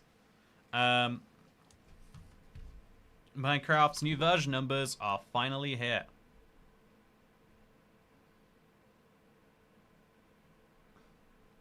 I'll change it to Minecraft's new version numbers are interesting. I agree that you're, but yeah, let's now go ahead and put our blocks back down here. Grab out some extra ones. That's now a full shulker box we've gone through. That's nice, I guess. And we'll put the gravel in here because it's already dealing with some garbage. Easy peasy. Chat, is there any worse feeling in the world than going to bed and then it raining as soon as you wake up? I'm not sure that there is. I'm not sure that there is. Yeah, you noticed the mistake chat was yelling about half an hour ago. You know, I always will fix the mistakes, chat. The only question is when. And it might be that you have to... It might be that I outlive you. Oh no. Is this a mistake? No, it's not. We're fine. It's just a gap in the 1 2 1 2 1 2 system. But otherwise, right back to it. So yeah, doing this more than one layer at a time is also kind of chaotic, because you get some really interesting, confusing patterns. No, that can't be right. Maybe that is right, actually. I don't even know anymore, chat. I don't even know anymore. Yeah, both of these blocks would be going up one, and then both of these blocks would be going up one, which means there's a 4 there. And these makes... Yeah, it's... Doing this all one block at a time is theoretically the most efficient way to do it, chat. But God, is this more confusing to me than what we were just doing. Yeah, we leave both of these free because they're holes. I think we just did it. I think we placed down the whole bottom layer, and now we go across and we place the entire thing like this. So we make a cube just to confirm that we got that right. And then we make another cube. And now we're starting to make the first layer of these cubes that we have just massively gone through effort to make. It is confusing, but we just got to think about this one as squares. We're just making squares over and over and over again. It's a lot easier than the middle layer was, that's for sure. So we could even just like run across it, making big straight lines, because I know those are going to be required. Yeah, that might be the smart move. Like, start with a few long straight lines and then turn them into squares later. No, this is how I confuse people, chat. This is how people get deeply confused. I'll try not to deeply confuse you. That is my promise is I'll try. I can't promise I'll succeed. Very proud of you for that layer. Thank you, Hacker1MC. I know that you built one of these cubes in your world a long time ago. I feel like it might have been after the video. And so you know, it's one of the downsides of me saying this is a project that really tempts me, is there'll be someone who's like, yeah, I built it. It's been really fun, Toycat. Maybe you should give it a go. And I'm like, maybe I should give it a go. You know, maybe chat is onto something. It's dangerous. It's like if you were a recovering alcoholic and people in chat were like, you know, alcohol is really tasty. Oh, that's a sign I'm getting old, chat. If you wanna talk about the passing of time that Christmas is reminding me of, man, I can enjoy a nice bitter beverage sometimes. It's like it's enjoyable in its own way. It's like definitely like oof, but it's like you know, it's probably like enjoyment by association too. Like, this is a sign that I am, you know, like I am in relaxation mode, and I think there's a lot of things that are good not because they are good by themselves, but because they're associated with good. You know, it's like the emotional equivalent of like a positional good. Like, there are things that do not feel good, but they are a sign that you're about to feel other good things, and so they are good. It's the reason why everyone. It's the reason people in chat are like, you know, that the monster. If you remember, there was someone who was like, oh yeah, I don't like snow because it makes driving hard. Because to them, snow is now associated with the dread of having to drive slowly. In the same way that for a school child, snow is delightful because it comes with the association of not having to go to school. Toycat is always deeply confusing. He enjoys being deeply confusing, in fact. Yeah, if you're deeply confused by the stream, just know that's part of what comes with the Toycat stream. And that you can enjoy it as like a situational emotion. Okay, I think we did pretty well at that layer. I don't see any obvious issues, which is good. Okay, next layer, let's go. So the next layer is the same thing. Literally every block we build on this layer, we're building it again on the next layer. This should be the easiest layer of all of them to make. And so by doing it layer by layer, we get to benefit from... Oh, except we don't do the ones on the sides here. Okay, it should be the easiest to make, but it's not. It's a lie. It's an illusion. That's what it is, chat. And then over here. Yep, we do both of these, but not the ones in the corners. I think we do both of these as well. So, yeah, doing it layer by layer is probably the most logical way of doing it. So right now, if you're confused, chat, it's a sign that I could never not confuse you without confusing myself. Just got in and thought you were building an overworld version of a bastion. Oh, that's a cool idea, One Night Breed. I'm right next to my Cherry Woodland mansion anyway, so would it make sense to build an overworld bastion? I think that's a great idea. I got sidetracked and procrastinated, so now I'm getting my food. Yeah, sometimes I try to convince myself, like, well, if you got sidetracked and procrastinated, then everything gets delayed, and that includes your food. But I think that's I think that's like a bad life rule. Also, how long do I need to watch on average to become deeply confused? Does it help or hurt that I have other streams open? Oh, you watch multiple streams at the same time? Oh, you know, I've never felt so cheated on, but also so intrigued, you know. I am fascinated that that is a behavior that someone can have. Also, Kat says snow's fine, having astigmatism makes driving hard. Yeah, I can't. I don't even know what I have, but my eyes just don't work normally, and it's really bad in like all sorts of astigmatized conditions. I don't think it is astigmatism, based on the fact that I get eye tests. But everything, lights like shoot off like crazy on everything I see all the time. It makes driving at night like scary. Anyway, all three are confusing. Toycat, this build, and no, it's fine. It's just a single creeper. Apparently, this is a really good structure to build if you're scared of creepers. So I think I've just done this entire next layer. So the next layer up would be just these pillars in just these places. So it's the first layer, but simpler. Yeah, doing it this way is making me appreciate just how great of a project this is. But I guess it will be the same thing that, like, when we make the middle layer for the overall project, it will also get a lot easier. I will convince myself. That is astigmatism. I didn't find out till a few years ago, and I've been taking eye tests all my life. Yeah, it's really tricky, right? I'm sure you think about this a lot, Kat. I think you're quite familiar with the medical system in this country. But I think it's true anywhere in the world you are. It's really challenging if you disagree with a medical professional who you should trust. Because on the one hand, the medical professional knows way more about the science, right? But you know way more about your body. There are some things about your experience that are really hard to convey. You know, it's like, I'm sure there are certain conditions that it's really easy to fake having. You know, like colorblindness is a classic example that people think is easy to pretend you have. This can't be correct, by the way. Yeah, I think I put the... I don't know what we did here, but it was wrong. Okay, so fix that. Yeah, I did it wrong on all the sides. Did this tear? No! There's another creeper in there? That's fun. Also, a lot of glow squids. A shocking number of glow squids, obviously. Like, normal people don't see all the bits shooting off lights. I thought that was normal.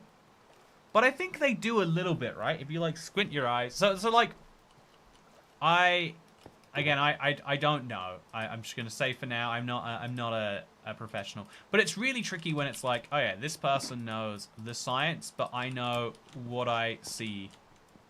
And so if they understand exactly what I see and they say that that's not this, then obviously that means that I am wrong if I think I have this. But if they just misunderstand what I see, or they think I misunderstand what I see, then that would be a different thing. It's I know it's like I think diagnosing like neurological conditions must be the hardest thing for this reason, because colorblindness, before we worked out, you actually can test who's faking colorblindness and who isn't, because enough people try to fake it for military reasons. I think they had to like wait. There is a test that can work out if someone is real colorblind or pretending to be colorblind by saying I can't see color, which is hugely interesting. If I squint my eyes, the eyelashes create that lines effect. I can't imagine that all the time. But yeah, I only get that at night. I don't get it all the time. So I think it's I bet it's like the I also get it when wearing glasses, so it's going to be like a, I don't know, more sensitive to it than the average person, but not actually having it sort of thing. I have severe ADHD. I need many audio inputs to not go stir crazy. The simple fact I'm chatting means you're the main focus, which to be fair is rare for YouTube. Thank you for making me feel special, Eyeing Zivaya. I will say, again, I'm not giving you medical advice, or like you know how you work better than I do. I would say that there is a, like, I know, you know how like meditation is valuable. I don't know if anyone has ever recommended that you meditate. I find it to be one of the things that is most valuable that I find most difficult to do. I find it to be really hard to sit down and have time to do nothing. Like I have a life where I need to motivate myself to do everything, which means if I have time to do nothing, then that is time to do something. Or if I was being a mean American manager, I would say, I got time to lean, I got time to clean. I don't know if that's a real thing or if that's a sitcom thing, but I'll roll with it anyway. So I feel like that in the same way, it sometimes feels really good to be like watching a YouTube video while doing some work, while listening to another YouTube video on my phone. But it is actually more exhausting than I realize at the end. And so that is the... I'm not saying that matches your experience whatsoever. I have no idea what it's like on the inside of your brain. But I try to be... I don't know that I succeed. I try to be really good at understanding what's happening inside my own head. I want to be really good at understanding what's in my own head. Because if you... Like... You are the person that understands you. You are the person that spends the most time with you. So you should try to be the person who understands you the best. And sometimes that means understanding that, like, oh yeah, I do not have the optimal response to this thing. Or that even my base desires aren't optimal. Like, oh yeah, I love... It sometimes... It feels like sometimes if I go out... like, I don't know, like sometimes it feels like the thing that would help me most right now is if I just scrolled some Reddit. And, unless I'm, like, super stressed and...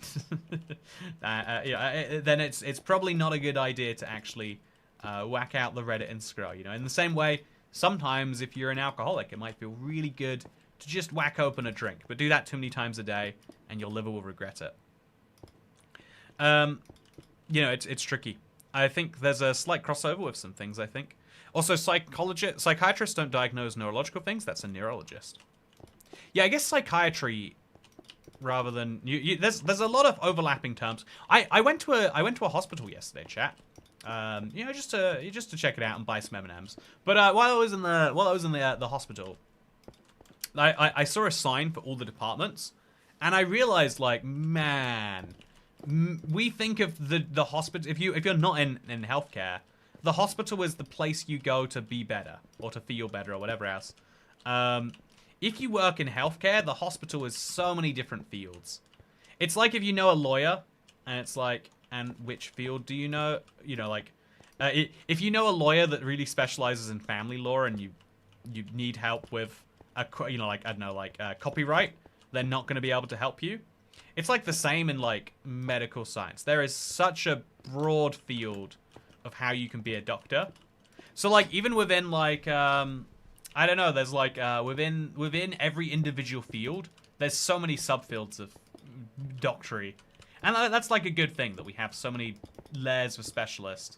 But it also helps you realize that, like, oh yeah, we like to think of science as being this big congruous thing, but sometimes it really doesn't be. Okay, so make 6 blocks there, and then place 6 blocks there, and then we connect them up like this. Did we do a whole nother layer? Oh no, we haven't done this bit. Yeah, this is actually quite time consuming. It feels like I'm moving way slower, but I am making 4 cubes at once, so I'll accept that maybe this is a natural part of it. Yeah, it can be exhausting sometimes. There are days when I need 3 streams and 5 conversations and several videos. There are days where I struggle to process one thing and just go outside instead. Yeah, I literally can't imagine watching 5 streams at the same time to get your things going. Like, I get it, it almost feels like your brain is running on like super fast forward mode compared to everyone else. But also that feels like that has to be really exhausting. Like a deep, deep level of exhausting. So I hope you're doing great. Hope that you have the support and resources you need.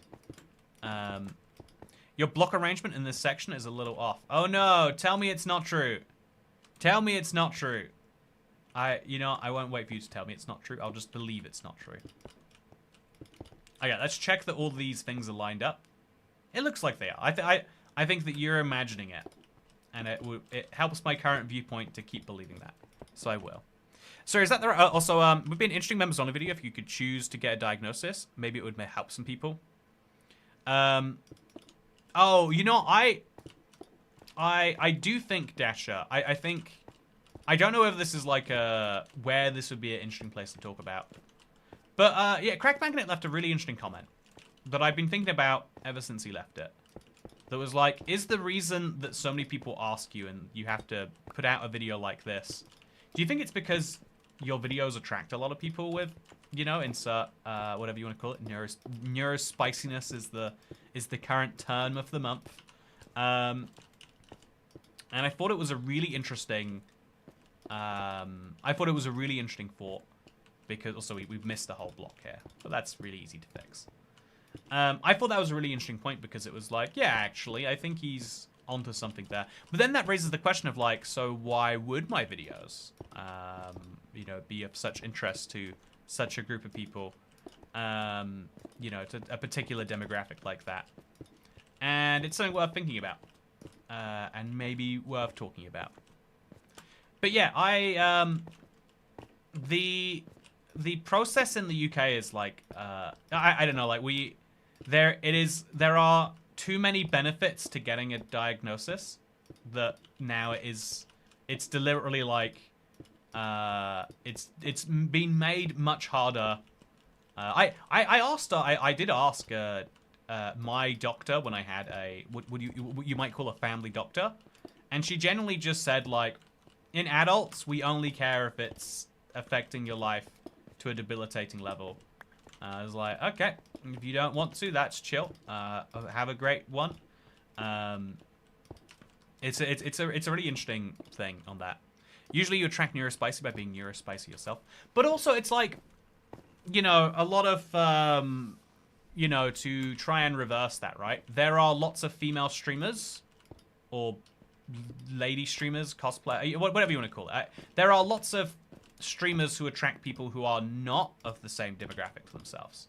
You know, there are lots of places where opposites attract too, right? That's I think the really interesting part of the discussion, which I'm going to try not to have in too much depth here, because I don't think I'm going to do it as well as if I get my thoughts together first.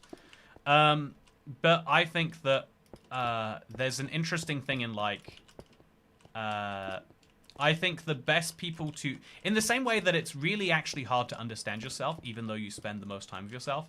You know, you are the person you will make the most and the least excuses for. I also think that it can be really hard to understand others. I think it really, like, I don't know, like, I think that the people who most get a culture are, say, immigrants, because they have to learn it from scratch. I think Dasher knows about some sillinesses in English that I don't even think about, because why would I? And I'm not, you know, like, I think there's a lot of that in certain spaces too. Maybe, you know, maybe I'm not saying that I am an immigrant to any neurological, psychological, psychiatrical issue. I'm not saying I am a. But what I would say is I think that I do think that there is something in there. As a parent of three very different autistic kids, and being neurodivergent yourself, I can see why your content attracts neurodiverse people. Yeah, I saw something online recently. I haven't fact checked it yet. Again, I want to be really clear. It sucks to have to say that, but also I'm trying to be clear that, like, don't share this because I said this, because I'm just saying something that I read without having done any amount of real verification for. So this is not the truth. This is just a thing that I read. But I read that it is quite common for people, especially autistic people, to get the parasocial relationship, as it is called. And therefore, and why that is like, you could speculate for a bunch of reasons. Maybe shunned more from regular society. Maybe, like more empathy on average, or something like that. You could pick a whole bunch of reasons. I'm not going to. But, yeah, I think one of the things I've been trying to do ever since I started talking in my YouTube videos, like 14 years ago, is trying to learn how to, in the same way that, like, I think it takes a lot of time to learn how to, like, well, maybe I'm stupid, maybe I'm outing myself as something here, but it takes a long time to learn to talk to someone in a one-on-one environment, like a date, Like, it's very different to talking to a group of friends, which is different to talking to your boss. Learning how to talk to people in different situations is hard, and so one of the weirdest ones is learning how to talk to people in this sense of parasocially. The fact that I'm having to learn to not wait for a conversation gap, because there's not going to be one, chat. If I stop talking, no one fills the space. The rules are different. The rules are very obviously different. And I put a lot of work into trying to work out what those rules are, based on what I was enjoying watching myself, etc.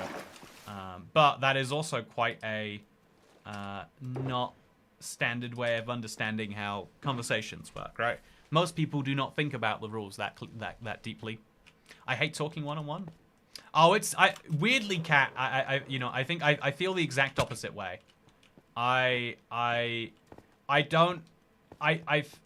time I feel most like I'm not a human being is when I am talking to a group. Or, like, I think I can just about talk to a group, because if there's 6 people, I know how to make eye contact with it. You have to, like, it's tricky, but you got to do it, right? You got to, like, make eye contact with all 6 people, and you've got to be talking to 6 people by effectively talking to none of the people. But, like, when there's 6 people, I know, like, it's really tricky when it's, like, when you get, like, multiple groups that are, like, also together and, like, sharing, and it's like, what are the rules here? I don't understand. Oh, yeah, am I doing some faux pas? It's like really nightmarish. I think some people enjoy big groups because it means you get to enjoy it as like a podcast. Like, there's 6 people here. My contribution, therefore, can be 1/6 or less. And that's actually kind of cool, I guess. Like, that's fine. But it complicates things, is what I'm saying. Okay, so let's do this entire next layer all at once. We're going to do that exact same thing we just did, but for all the corners now, chat. All the corners. By the way, you're 40% done. Oh, man. Did it take me an hour and 40 minutes to get to 40%? That is interesting. I want to get my controller powered up again, but it's definitely going to die. So, get ready to see that fun little message on your screen. But yeah, learning to talk to people comes naturally to neurotypicals. But again, no, I don't think that is correct. I think that is a broad simplification that comes from one of the biggest dangers of the internet is it allows people to meet people of the same ilk, but it also means it allows people to I don't know, like there is so much content out there that will say, hey, do you ever yawn when you are tired? That is because you have ADHD. And it's like, no, it's because of the well, actually, why do we yawn? There's an interesting signal in there somewhere, I'm sure. It's seen as super rude, apparently. But anyway, so there's a whole bunch of people who would like for you to be like, wow, I can't believe I was part of an elite club and I never knew. And so that's like a danger you better be cautious of. Like, I think that many people struggle with social rules, and if that doesn't seem obvious to you, then it's like, then why do so many people get bullied? Why do so many people make faux pas, etc., etc., etc.? I think that the reason that you might be better at understanding that you don't understand or that you struggle with them is maybe because you are a more empathetic person. You are aware you know, you're aware when someone finds something a little bit awkward, and you're like, oh, did I do that? Whereas a lot of people don't know the rules and then just keep going anyway. You know, think about it that way. A lot of people. Also, there's not gonna be a block right here.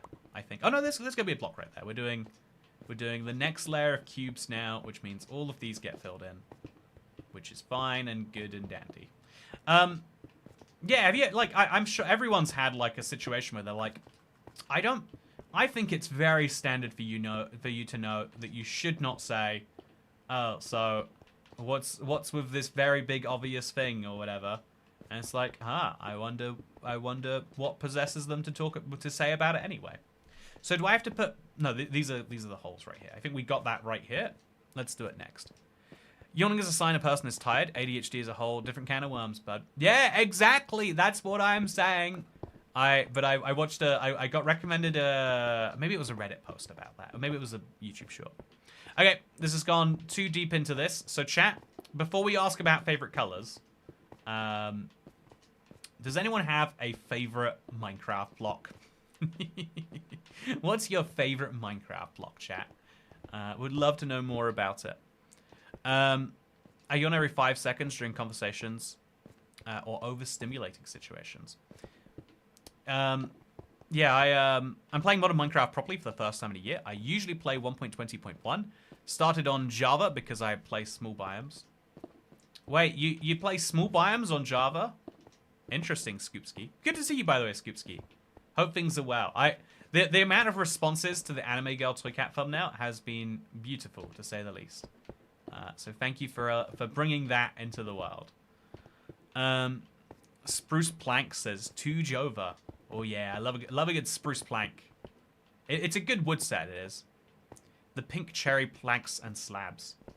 I think they should make you know, if we don't get too controversial here, I think they should make a I would love for them to make a like a unique type of ladder for each block. It's a really good idea, is what I'm saying. I think there's a certain skill to being a good chatter, which is a bit insane to say. You have to quality check all your messages and ask yourself, should I really say that? See, there is a problem, right, Dasher? There is an argument that you could over-quality correct, and that sometimes... I do think that you are better off quality checking. Oh, no. Controller's dead. Okay. I have to put some more batteries in. I just thought it's not as fun to build using a keyboard and mouse as it is with a controller to me. It's just not as comforting. And if I'm making a build like this, I would like to be comforted. Call me crazy if you must. So yeah, doing this layer by layer at a time is going to be tricky, so I'll do this cube by cube now, just to keep things moving. Whew. Nope, I type first, then correct after. It's got me this far. Yeah, that's the stream of consciousness approach. I think a lot of people like the stream of consciousness because when you error correct, you also lose a little bit, you know, not much, but you lose a little bit of the authenticity. One of the benefits of the fact that I am talking so much in these streams is you are getting exactly what is on my mind. And that's like a dangerous thing because sometimes you don't agree with what's on my mind. Sometimes what's on my mind makes you go, oh, why would this person say this? And you realize why it is that everyone has to error correct all the time. That is one of the rules of social nicety, I guess, in and of itself. Okay, so make this little cube and then make this little cube. We're going up big and we're going up high now. Ooh, on a large flat surface of the 40% mark, you're missing one block that is still visible. Okay, let me give it a look. Large flat surface. Oh, I see it. It's very obviously visible now that you say it. I'll go back and get it, don't worry. But yeah, there's also an argument, though, that like the stream of consciousness is a really rude thing for any observers. For you watching this right now, because you are hearing my thoughts live and unfiltered, it means that you are getting to... You have to hear everything and not just the best bits. If I want to talk about why it is that, you know, neurodivergence and Minecraft have such a link, or especially Minecraft videos, I would be better off making a video because instead of spending half an hour going like this, I can go in a straight line in 8 minutes, or whatever the case may be. And so, there's a famous line about this. I would have wrote a shorter letter, but I didn't have the time, because it does take time and effort to condense something down. Some stories are really good because they are perfectly condensed, because I think brevity is valuable. Like, brevity, like, making something that's, making like a 2-hour movie doesn't mean you should turn on the video camera for 2 hours and just see what happens. You need to make something that's 2 hours long and also is tight. Is like, every minute of those 2 hours makes sense. That is a challenge in its, that is a type of communication, is having something that you are passionate about and you have prepared a lot about. You're not very good at doing the straight line. Rude, Kit's cat. But correct. I think in streams it's tricky because I am genuinely coming to my conclusion with you. I hate the logic where we have to have a conclusion and come up with supporting evidence afterwards. That is what, like, a lot of ideological purity does to people. Like, you know, if I say that, you know, I don't know, like, I spoke recently about how important parenting is, right? I think that one of the biggest impacts you can make on the world is raising a child poorly. You know, if Stalin's mother had loved him just a bit more, if the other 1940s famous person had just given him a little bit more care and attention, then maybe, just maybe, we'd have a few thousand people less dead. Maybe if enough of the soldiers who were under them had been taught to be a bit more assertive, or whatever the case may be. If, you know, we could have had a much better world. And, like, every single time a crime is committed, it is a, you know, you could argue, but with very few cases, with very few exceptions, there's a faulty upbringing somewhere in the mix to blame. Okay, I'm missing a block over there, and then over there. So I'll finish this little part of the cube, then I'll head down for the next bit. I'm loving the progress that we're making, though, chat. I am loving that we've made so much progress. Let me have my biases, my baseless beliefs, damn it. Yeah, that's the... I think that is like a genuine desire that you've got to let people have. There are some people, like, I don't know, like, an example I've found recently is because I drive, I get recommended all sorts of driving subreddits, chat, like driving UK or stuff like that. And, it's a really common thing to complain about how ugly cars are now compared to how they used to be. And ignoring the fact that I think beauty is subjective. It's like, yeah, well, there's a really obvious reason, and it's safety. And people be like, yeah, safety has ruined these cars. And it's like, yeah, but you know what safety has also done? Like, saved lots of people's lives, actually, if we're being real about it. But, yeah, if you just come out with the preconceived notion that anything that ruins beauty is bad, then you will say, yeah, I wish that 10,000 people, more people would die a year, so that when I'm driving down the road, everyone else's car looks better. Because ultimately, why does the appearance of your car even matter? You're always inside your car anyway. It's like, if you think about it, it's kind of dumb. It's like skins in a video game. It's like, why does it matter what my skin is right now? I can't see it. I have stone bricks in my right hand and a totem in my left. I can see my skin when I crouch in the top left there. But even that's turn offable, and I think it's off by default on Java, right? It might be on by default on Bedrock, but you can turn that off. You don't need to see it. We doing this right? I think we're doing this right. Yeah, we'll make the cubes all the way around the bottom layer, and then we'll move up from there. Ooh, how deep does this design go? Like 4 levels of zoom? It is a level 3 Menger cube, if that helps you understand. We've got cubes that turn... So that is a cube there that turns into this cube. And now we're building 20 of those cubes to make this next one. I don't think most cars nowadays look ugly, says Jose. Change your ocelot to Steve then. No. I like my... I like looking unique in the top left of my screen. You can't take that away from me, Dasher. Java doesn't have the paper doll. Yeah, not by default, but it definitely has it somewhere in there, right? I guess you might not need it on Java. Yeah, maybe not. That's a weird thing to imagine. Make it level 4. Based on how level 3 is going, I don't think that's going to happen. I was thinking, like, I got a comment. I think Hacker1MC said, yeah, you can easily start on level 4 today. I think that it needs a lot of... There's a lot of mental acuity that is required for this to work. So we make these on each of the 4 sides. It is quite fun because of how intense it is, though. Nope, no paper doll anywhere. Oh. I've Mandela effect my way into believing there are paper dolls on Java. Okay, so build a cube. Move on to the next cube. So we can get some speed going here now. Maybe that would be good for things. So, yeah, chat. When your hand is empty, you can see your skin's hand. Makes having one very worth it, you see. Yeah, you're right. That is why everyone has a skin, right? I would love to do a... I don't know if I can get away with this. I'd love to have a Steve skin with an ocelot hand. So that it would look like you are an ocelot from this little thing. But otherwise, you'd be Steve. I'm about to release a map to the marketplace in the next 6 months. So hopefully I remember that idea, because I think that's silly.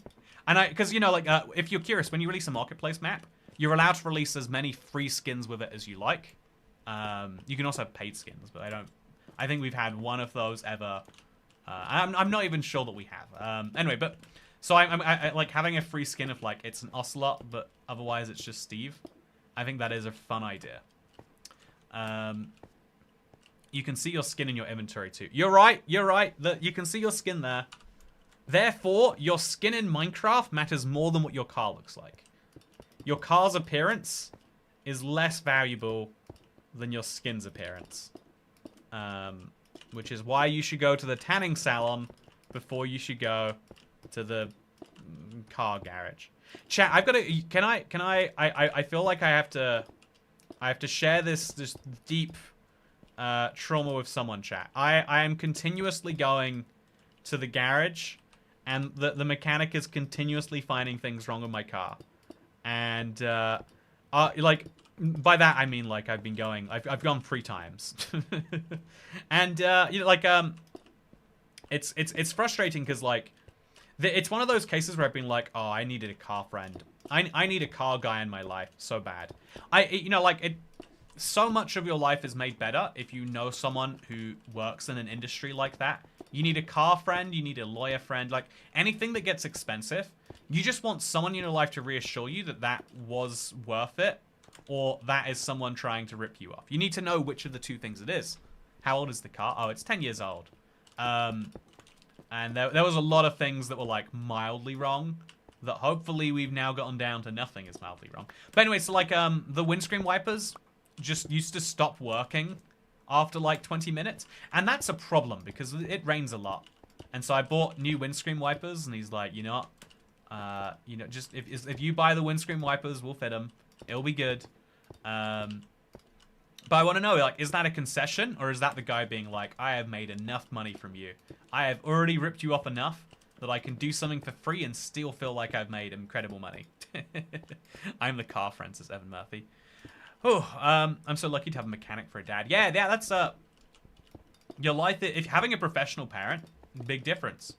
Whereas I mean, I guess, like, if you have, like, a, you know, I had a working class parent, and, you know, she never got to do any, you know, she never, like, did some accounting stuff for me. You know, one time I got a recommendation about, like, oh yeah, make sure you use this solicitor. And then I was, like, almost about to do it, and I was like, so why did you recommend them? She was like, I've seen their office in town before. And I'm like, that's not a recommendation. That's that's one less step than Googling. But there are some benefits of, like, oh yeah, I get the real side of, like, so why is it that why should you tip someone, or blah blah blah blah blah blah. Okay, so I feel this. Spent £500 on my MOT, and then one of the lights went. Another £200 gone. My car's old enough to drink, so I guess that's what I go for. Check if you made a big mistake. Oh yeah, the big mistake. I didn't fix it yet. Should I check this one? Yeah, I should check both of these over a little bit. There was a mistake somewhere around here. Here it is. Okay, easy fix. Easy fix. Easy peasy. So that, for so far, for only for that to be the biggest mistake, things are going pretty well, I'd say. Also, if we finish these 4 cubes, I would say we're in like we've built like a weird castle sort of area. Why can't I update the Let's Play World on my Switch too? Is it because it's too big of a file size? No, it's because Microsoft have delayed the update. There's a lot I can't talk about with certification, but they are clearly perplexed by my world. I would love to get a report on why, but I cannot. Instead, chat, I'm gonna eat my popcorn slab. I think that's what I need most right now. I think a bite of a pop. Like, do I tear this? Like, look at this, chat. It's a slab of popcorn. What does that mean? Do I just eat into it like it's a pizza slice, or do I peel the popcorn off? There's a mistake on the bottom one. Oh, are you sure? Which bottom one has a mistake? You got me worried now. Okay, looks like this.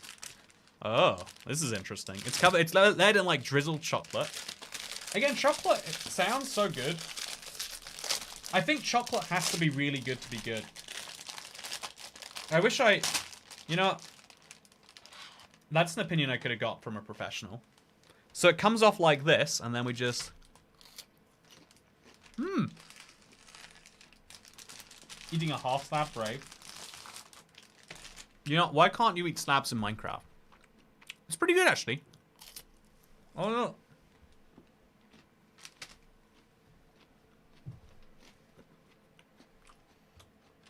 So yeah, the popcorn is held together with the chocolate. Kit Kat is right. Like, popcorn is in theory a fairly low-calorie snack.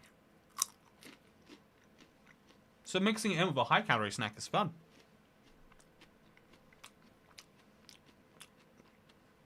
So what was the Advent drink today, says Dan Mahoney. It was a pomelo green tea.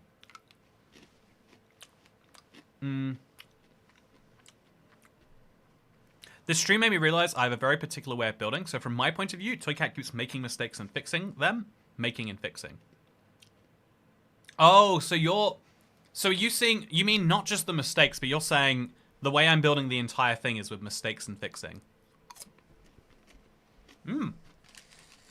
Pretty good. Okay. Back to building.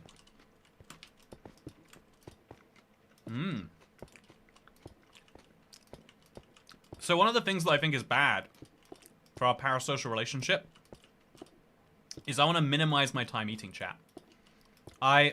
You know, inside, I didn't say it, but I was horrified when I just ate the lobster roll for 10 minutes on the Nintendo Switch stream. And everyone was just there like, yeah, that's chill, Toy Cat. You have an eat. And I'm like, oh, why don't you all hate me right now? I don't understand why you wouldn't. Also, spoongi. Yeah, this is a Menger spoongi, I believe is the correct pronunciation. That is true. Also, we are getting through a lot of stone. This is actually a good use for it. So let's quickly do a little look around from this side. See if anything becomes obviously wrong. Surprisingly not. I hate watching people eat. I'm sorry I did that to you, Xavier. I didn't mean to. I'm lying. I meant to. You know, isn't that the interesting thing about, like, in a one-to-one relationship, doing something the other person doesn't like, kind of a faux pas. In a one-to-many relationship, it would be really hard not to do something that some people doing. You know, someone is always going to dislike something that I'm doing. It's the challenge.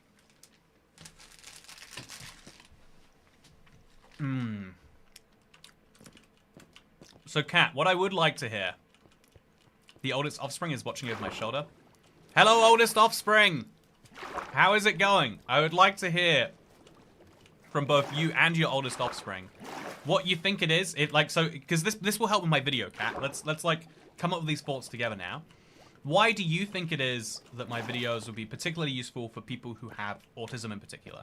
I think to try, we'll ignore the concept of greater neurospicy land for now, and we'll focus very very squarely on the world of autism.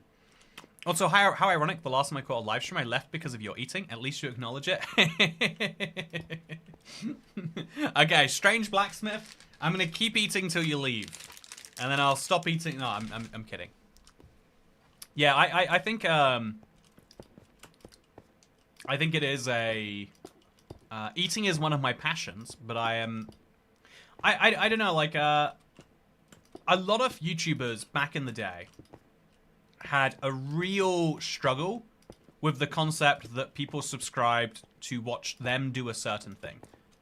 So every YouTuber wanted to be a varieties game streamer because that was a sign that you had an audience rather than the game having an audience. You feel me? Oh, I'm doing this wrong. I'm doing it all wrong. Whoopsie. Oh, no. Oh, big whoopsie. And so it's really hard to concede that, like, you know, imagine if people did like me just for Minecraft news and not for the kind of, like, broader, like, you know, semi-philosophical way of thinking that is where my brain defaults when we talk about basically anything. Then, you know, a part of me would want to be like, yeah, what people really want to hear about right now is, you know, rather than the update, you know, 26.1 and what I think about it, people would much rather hear how the name of something affects your perception of something, and I don't know, like that's where my brain would go, and I'd be like, yeah, they want to hear it, I'm gonna force it to them.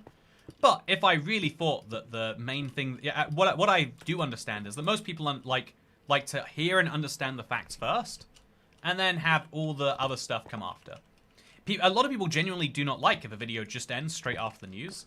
I could make a 3-minute news video, and that would be like, what was the point in making this? I might as well have just found it myself. They come to the video because they want to hear more about it. And so that is a place where people love to hear more about it. Also, you're one of those streamers for me, hence why I watched you play OSRS the other day. Hey, you might have to watch me play OSRS again if you want to show up to stream and stay free. I've got 2 days left of my membership, so I'm going to play, I forget the name of the minigame, but it's Winter Todd. And it sounds like it's going to be some fun. So Kat says, the offspring says because you're honest and direct. I think because you set your mind to obscure tasks and have a one-set mindset till you complete it, plus the awesomely weird conversations. Well, that was a very nice comment. Thank you very much. Appreciate it. That was very nice. See, that is a case where I think that again, I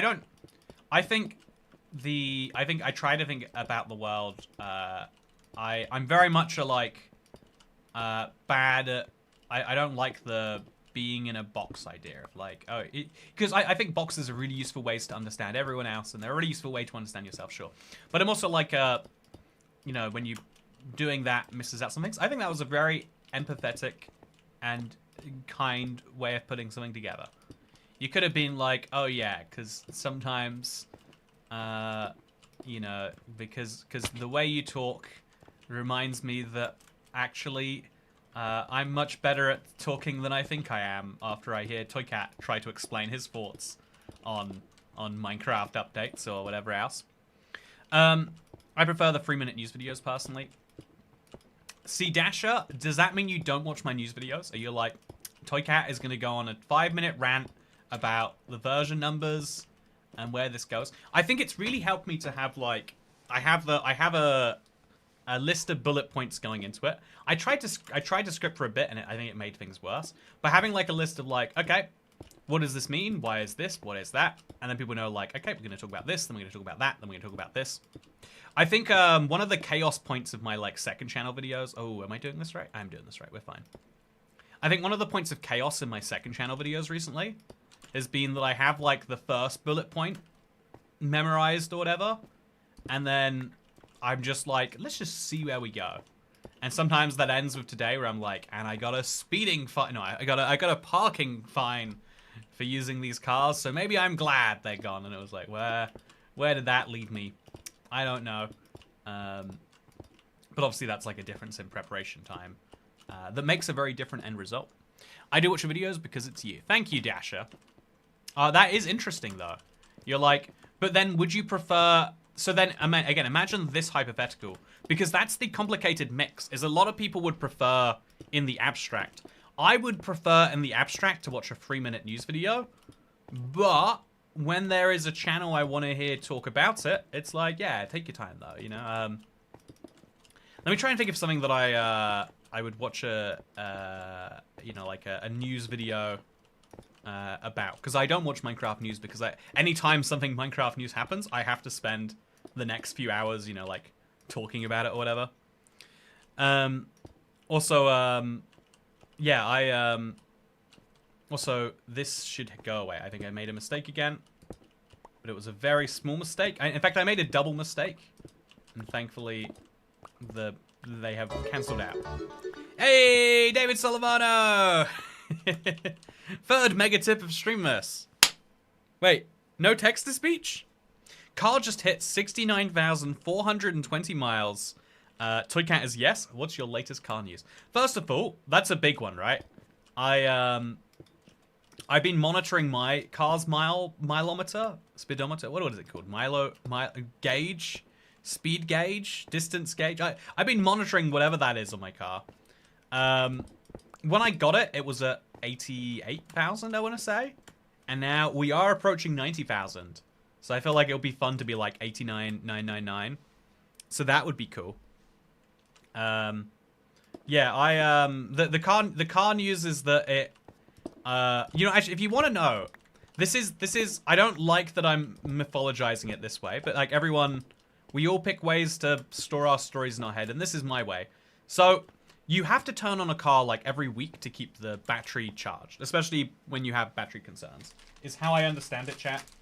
If I'm wrong about that, everything else I'm about to say is built on misunderstandings.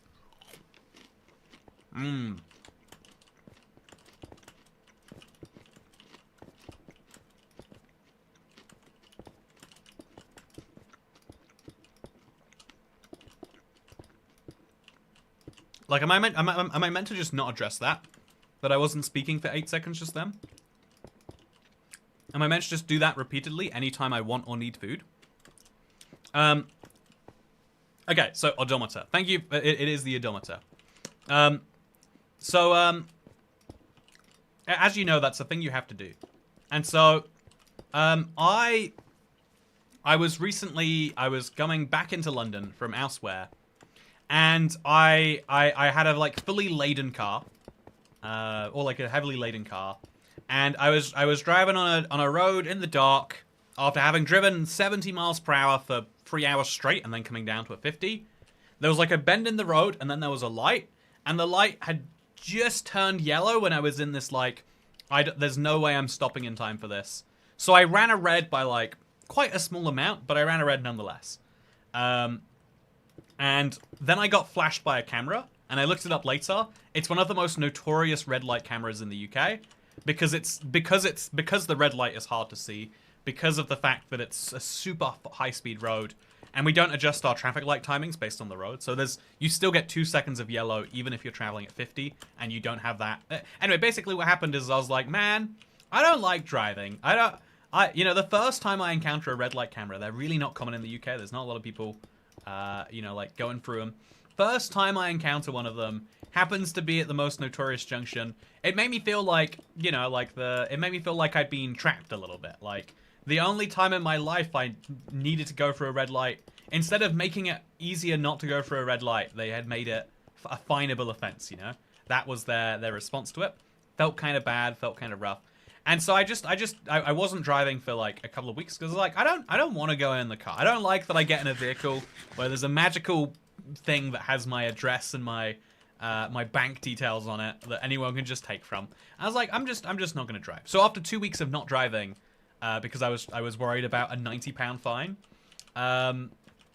the engine didn't start, and a pulley had broken, and an alternator. A lot of things had broken in that time, and I'm sure, like, in reality, maybe the cold would have done it or something anyway. But then, yeah, it was very expensive to fix. And so that is, I've kind of just numbed myself to the idea that, like, this is what cars do. They just randomly eat up money sometimes. Again, when you're walking around in society, outside of pickpockets, it's rare that you get a moment where it's like, hey, anyone here want some money? I've got like 50 in my wallet. I could go to the ATM, grab another. Another 100 if I, really overdrew some account. Like, nowhere else in society is it like that. And I was just like, yeah, driving is a when I need to, not a when I want to. That was like a reminder. And then I didn't drive for so long that it made it worse. I was going to say the weather, ATM probably played a part. Yeah, it went below freezing for quite a while, here at least. It was really cold for a good bit. So, yeah, I've got the car, I think it's from Scotland. So it should be better at dealing with winter. I'm going to blame the car. Like, come on. The least we can do is make that work. Oh, in the winter there. So, driving cars and being in your stream. Yeah, I also, sounds like a bad time. Sorry to hear about your car problems. Yeah, it's, I think though it's like, yeah, there's a lot of things in life where it's like, it's painful when you first work it out, but then it's fine. Once you get it, you're like, okay, this is a part of that. Now it helps you understand why people pay for a brand new car and the like peace of mind of the manufacturer warranty or whatever is because emotionally you want to feel like something's broken. I don't care. It's not my problem. That's how we always want to feel about anything bad in life. Something bad in life happens. It's so good when it's like, this is, I don't have to care about this.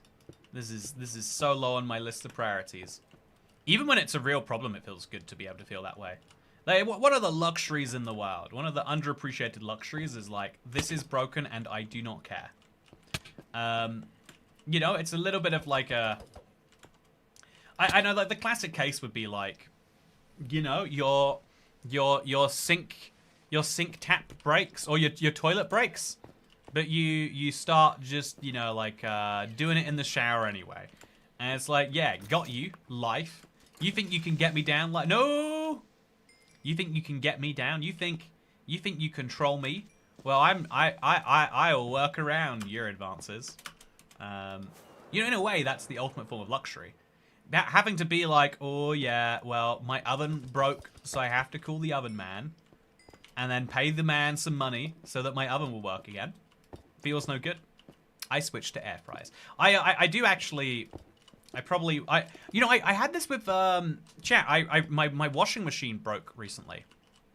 I've owned a washing machine for a long time, and honestly, I spent way too long trying to fix it, and like I even brought I spent a depressing amount of time trying to fix it, and then eventually it was just like, oh yeah, to get a proper Samsung technician, someone who will know and be able to fix this issue. It's 145 pounds. A brand new washing machine is like 200. And the brand new washing machine then has, it has the I don't need to care about it for 2 years problem because it's the manufacturer's problem. That's awesome. That'd be good. Subarus are also good for driving on the Texas beaches. I can see Toy Cat in a Miata. Yeah, I would love to drive a Miata.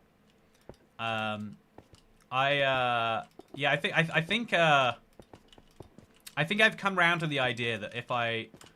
Because, cars... If you can get, like, a car that has cheap insurance or tax, then it doesn't really matter what the car costs if it's past a certain age, right? Besides maintenance, I guess. But if you just want to drive it for fun, then when it breaks, you just say, well, the fun is done now. So I would love to drive, like, a super old Miata. And then when it dies, it is dead.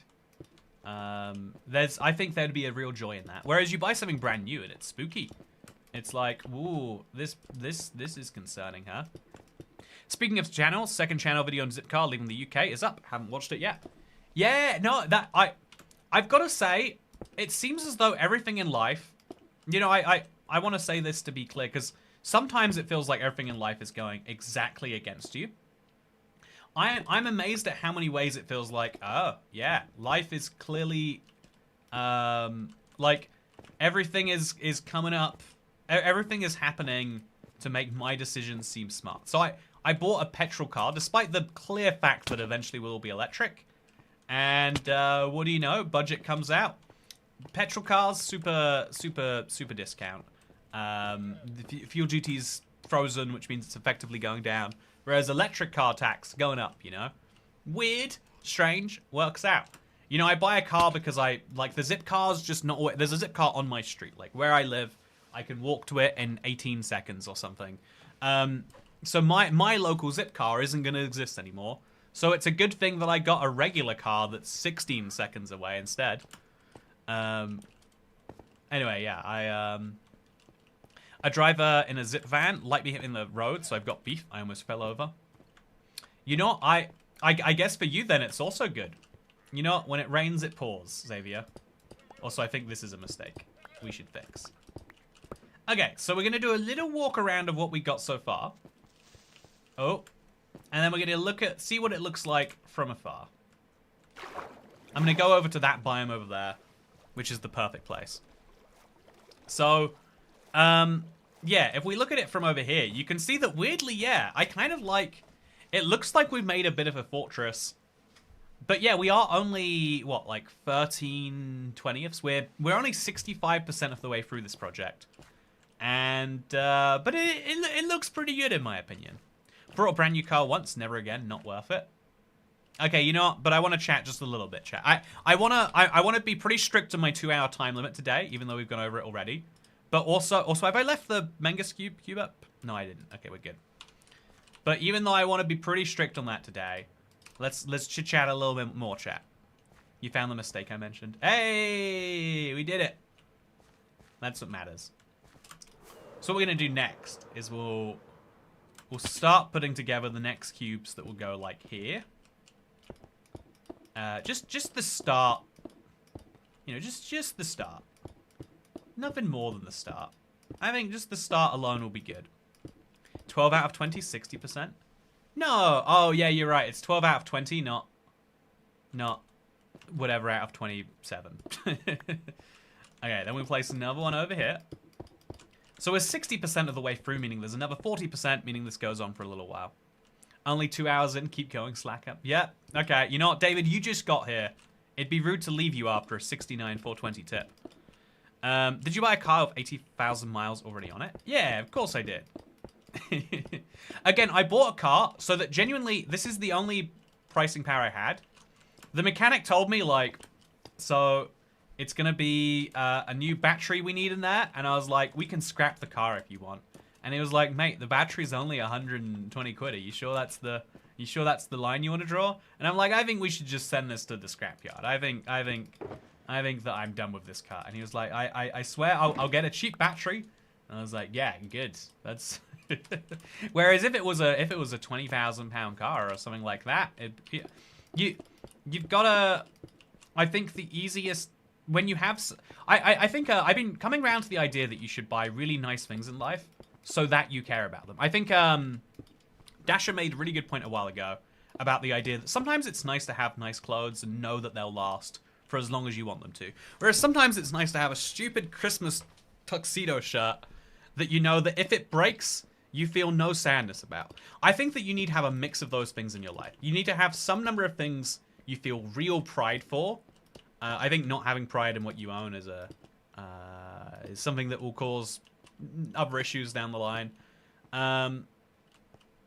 Wait, is there a cube here? There is a cube here. And this is the hole in the middle of that cube. Yeah.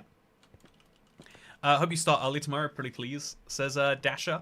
Oh, I've got the opposite problem. I'm going out for a free burger in the morning, and then I've got a friend that he couldn't do we've been scheduling and struggling to meet for months, and the best we could agree was right after work.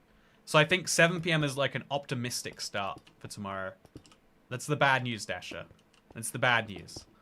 I think it'd be the next time we do a long stream, it'd be good to try and start early though.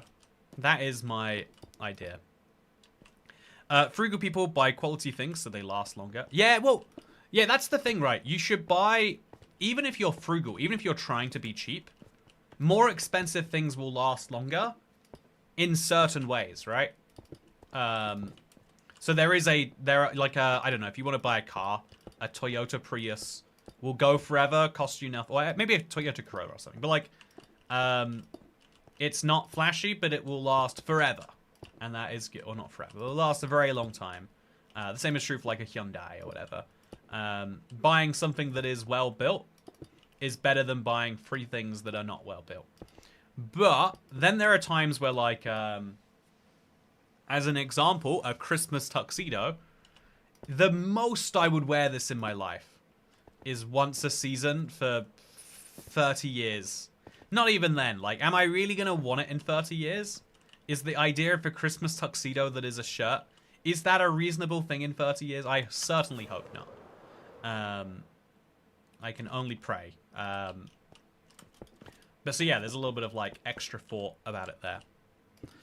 Okay, so alright, so half asleep cuddling with cats type of stream. Tell me about the cats that you're cuddling, Dasher. Give me the information. Right here, right now.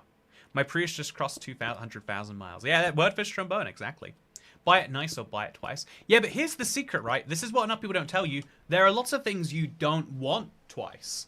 So, an example of that might be, I don't know, if you're getting a, I don't know, like, if you're getting a phone, you know that, especially, like, most people get 2 years out of their phone, and a lot of people break their phone somewhere in there.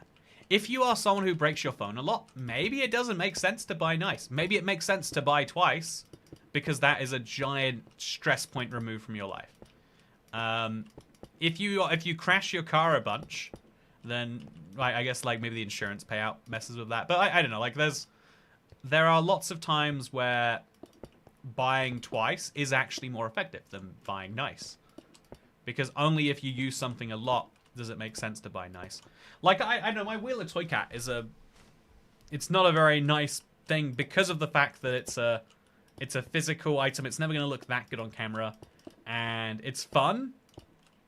But it's fun, like, very occasionally. If I bought it too nice, I would try to use it more, and that would make it less nice. There's a lot of people who buy something really nice they don't need to, and it shapes their personality. Alex says, paying to chat so you stop missing an important question. What's your favorite dinosaur, Toy Cat? Oh, it's the Triceratops, easily. Triceratops is, it's fun, you know. They're like, they're one of the super old dinosaurs, if I'm not mistaken. But they have horns on their face, which is pretty cool. I think, like, Triceratops is just objectively the correct answer to that question, though. I went to a store recently. I saw recently a store that was dedicated just to dinosaurs. And I was like, wow, guess I'm in a rich area of town. It was a very silly store. It was a very weird store. But what are you going to do about it, I guess? Okay, so then we'll make one more cube over here. Again, we're building something out of the chaos now, chat. Rather than leaving it just entirely nothinged, we'll leave it like this over here. And then I guess that the equivalent of a block would be this one over here. So make sure we get the bottom floor in. We did. Yeah, doing these blocks one by one certainly makes this layer stomach a little bit easier, which is good. So yeah, now if we come back and look at this from afar, which is my plan, right after we sleep. Oh, no, no. Okay, I was worried that was a creeper. Thank God it's not. My nephew would love that store, Pure Dinosaurs. Dino Store? Oh, Dino Store. David, you should be in charge of their marketing. I can't believe they didn't come up with that. I was a mechanic in a former life, so much cheaper for me to maintain a nice car. Yeah, I mean, I feel like there's a certain level of nice where you flip over from being affordable to not again. Yeah, chat, it looks a bit weird right now, but honestly, I kind of like it. I think it's a good place to have left it. Now I just have to go and dump my inventory, and because I'd like to spend some time with you, chat, I feel like we hit the groove today, and I know there's something about leaving the groove that feels bad. So, I'm not going to leave the groove. I'm going to stay right in it, and I'm going to do all the usual post-streaming activities with you to keep things moving. So, I've never heard of a Menger sponge before I came across your stream, and I had to look it up to know what it even was, to know what its purpose was. I'll be honest, I don't know what its purpose is, besides being a cool geometrical thing. I mean, is that not enough of a purpose, though? I would argue it is. Oh, I guess we're not getting anything from that. And then we'll jump up, and there's more, apparently. So we'll go for that next. Are we done now? We should be. Yeah, we are. Then we'll just pick up the cherry. And probably break that stone block too. So chat, we just got rid of 3 shulker boxes worth of stone. And I've got an excuse to get rid of another couple. What's not to love about that? Now we just go back home and I sort out my inventory. Also, we got 14 days in our Minecraft world. That's nice. That's very nice. What do you do if an enderman takes a random block from one of your builds you've done in your world? Does that bother you? You could always turn block griefing off, technically, if it really bothered you. But spoiler, it doesn't really bother me that greatly. I think it adds to the story of your world, right? It adds to the mystery. Also, chat, someone gave me a really good technique, and I want to try it out. Apparently, if you just take one of these ink sacs, put it on the ground, and so these two things won't stack together, but if I put them on the ground together, it will stack into one inventory slot. Nope. Well, we tried. You can't say we didn't try. So now let's go sort out the inventory. Building a giant tesseract looks cool. Yeah, that does sound cool. Give it a try. Do you have a mob you hate with passion? I despise Enderman. Yeah, I've had enough bad moments of Enderman that I definitely should despise them. They're not where I usually direct most of my rage, though. You'll be pleased to know. Okay, so now I've got this whole thing full of dirt that we'll just put back in there. And then we'll put the stone away, and it'll be good to go. I like the description of it, resulting in an object of 0 volume but infinite surface area. It sounds like a wicked diss. Yeah, if you infinitely divide it over and over, that does eventually happen, which is kind of crazy, objectively speaking. So now I've got all this extra gravel, which I used to just like, I didn't know what to do with it. But now I have, because I've been making so much concrete, I actually have the need for the gravel, which is lovely. And then I also have a place for the andesite. And so this shulker box is empty. This one just has andesite again. I don't know why my andesite all ended up in these places, but it did. And then we'll put the bones away that I didn't see. Also had it. Oh, the guy. I think he was holding these couple deep slate when he dropped. Oh look, they actually organized it. Never mind. They organized a lot of it, which is good. Then we'll pick up the stone and we'll put it with the rest. Yeah, easy peasy. So bones go in the mob drop chest. Stone goes up here, and the rest is all good. Yeah, my most hated mob. If I'm building something intricate, it can be the creeper. It feels like a big reset, but that's why it's so fun, I would argue. The witch is a real nightmare. Like with Bedrock healing, poison is unfair. Poison is actively not okay on Bedrock. It's disastrously bad. You can't fight it. Whereas on Java, you get poisoned. It's like, I better eat a steak soon. It's a very big difference that I am irked by. Okay, so bamboo signs. No idea where to put those. Arrows, I'll leave those. And then the redstone torches we'll go put back in the chest. So, I don't know why X ended up in Y, but it did. Well, we're accustomed to your idiosyncratic organization methods. It's good that you're used to them. That's what matters in its own way. Now I think I need to make a bunch of powered rails for my next placing rails thing. Baby zombies are too powerful. Yeah, you're right, actually. I think baby zombies might hit the spot in its truest place for that. Okay, so my inventory is a little bit organized besides this dirt. And now I'm free to do whatever the next project I want to do in my world is. Enderman griefing is the single worst feature in Minecraft. Oh, no. I mean, imagine like... I mean, ghasts if you're in the nether, first of all. Just objectively speaking. Oh, where'd my minecarts go? I left them here, untouched, which means a mob must have moved them somewhere. Yeah, I need to do a little bit of... I need to do just a little bit of bamboo trading, I think. So let's get in here. And let's get them moving around. Because my pickaxe has been on just super low durability. And even like the little bits I'm using it here and there, I'm keeping it a little bit lower than I'd like it to be on my day-to-day basis. Also, hello, happy Streammas, says Mallow Cream. Happy Streammas to you too. Happy Streammas to you. Happy Streammas to me. Happy Streammas to both of us at the same time. Happy Streammas, happy Streammas. Okay, so yeah, I like to sell a few sticks to my guy over here, who is discounted.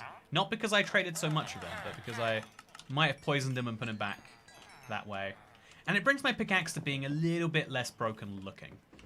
Although we probably should just, like, at this point, put a bunch more on and then just sell to every other guy in here. Just, we'll sell the maximal number of sticks to the maximal number of people. You make my pickaxe better. Yeah, much better. And actually, we'll just sell to the other guy as many times as we can too. Let's just do all the selling we can, so that this fella right here feels better about being locked in a box, because at least he's giving me value. Okay, one more little. We're not quite there. So then we'll sell some. We'll trade some of this in for XP bottles, and hopefully my pickaxe can look a little nicer. Okay, I'll throw the bottles at the wall. It is fun that you can use emeralds to buy XP, and then you get XP for buying the XP as well as for using the XP. It is one of those, like, feels like an exploit level sort of things. Okay, nice. To reset phantom spawning, click a bed at night. You don't need to actually skip the night. Get out of the bed and you're fine. Does it count if you just set your spawn point, is my question. Also, Toycat, make an add-on that gives us Java regen. That is actually a fun idea. I think we might have to do that, and then whatever we do next. Thank you for watching, chat. I had a fun time today. I hope I have a fun one tomorrow. I'm planning to stream RuneScape tomorrow.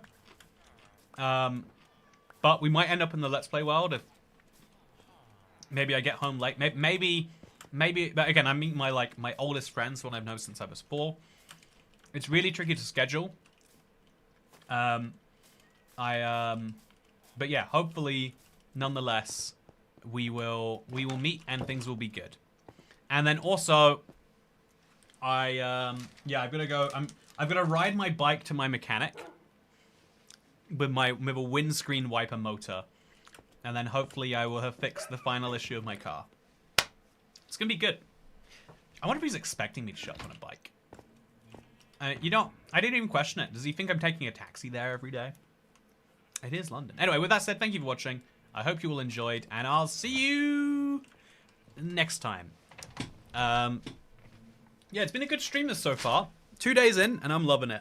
And I'm looking forward to day 3. See you next time. Also, go check out the video if you haven't already. Watch it all the way through. Make my watch time look real good.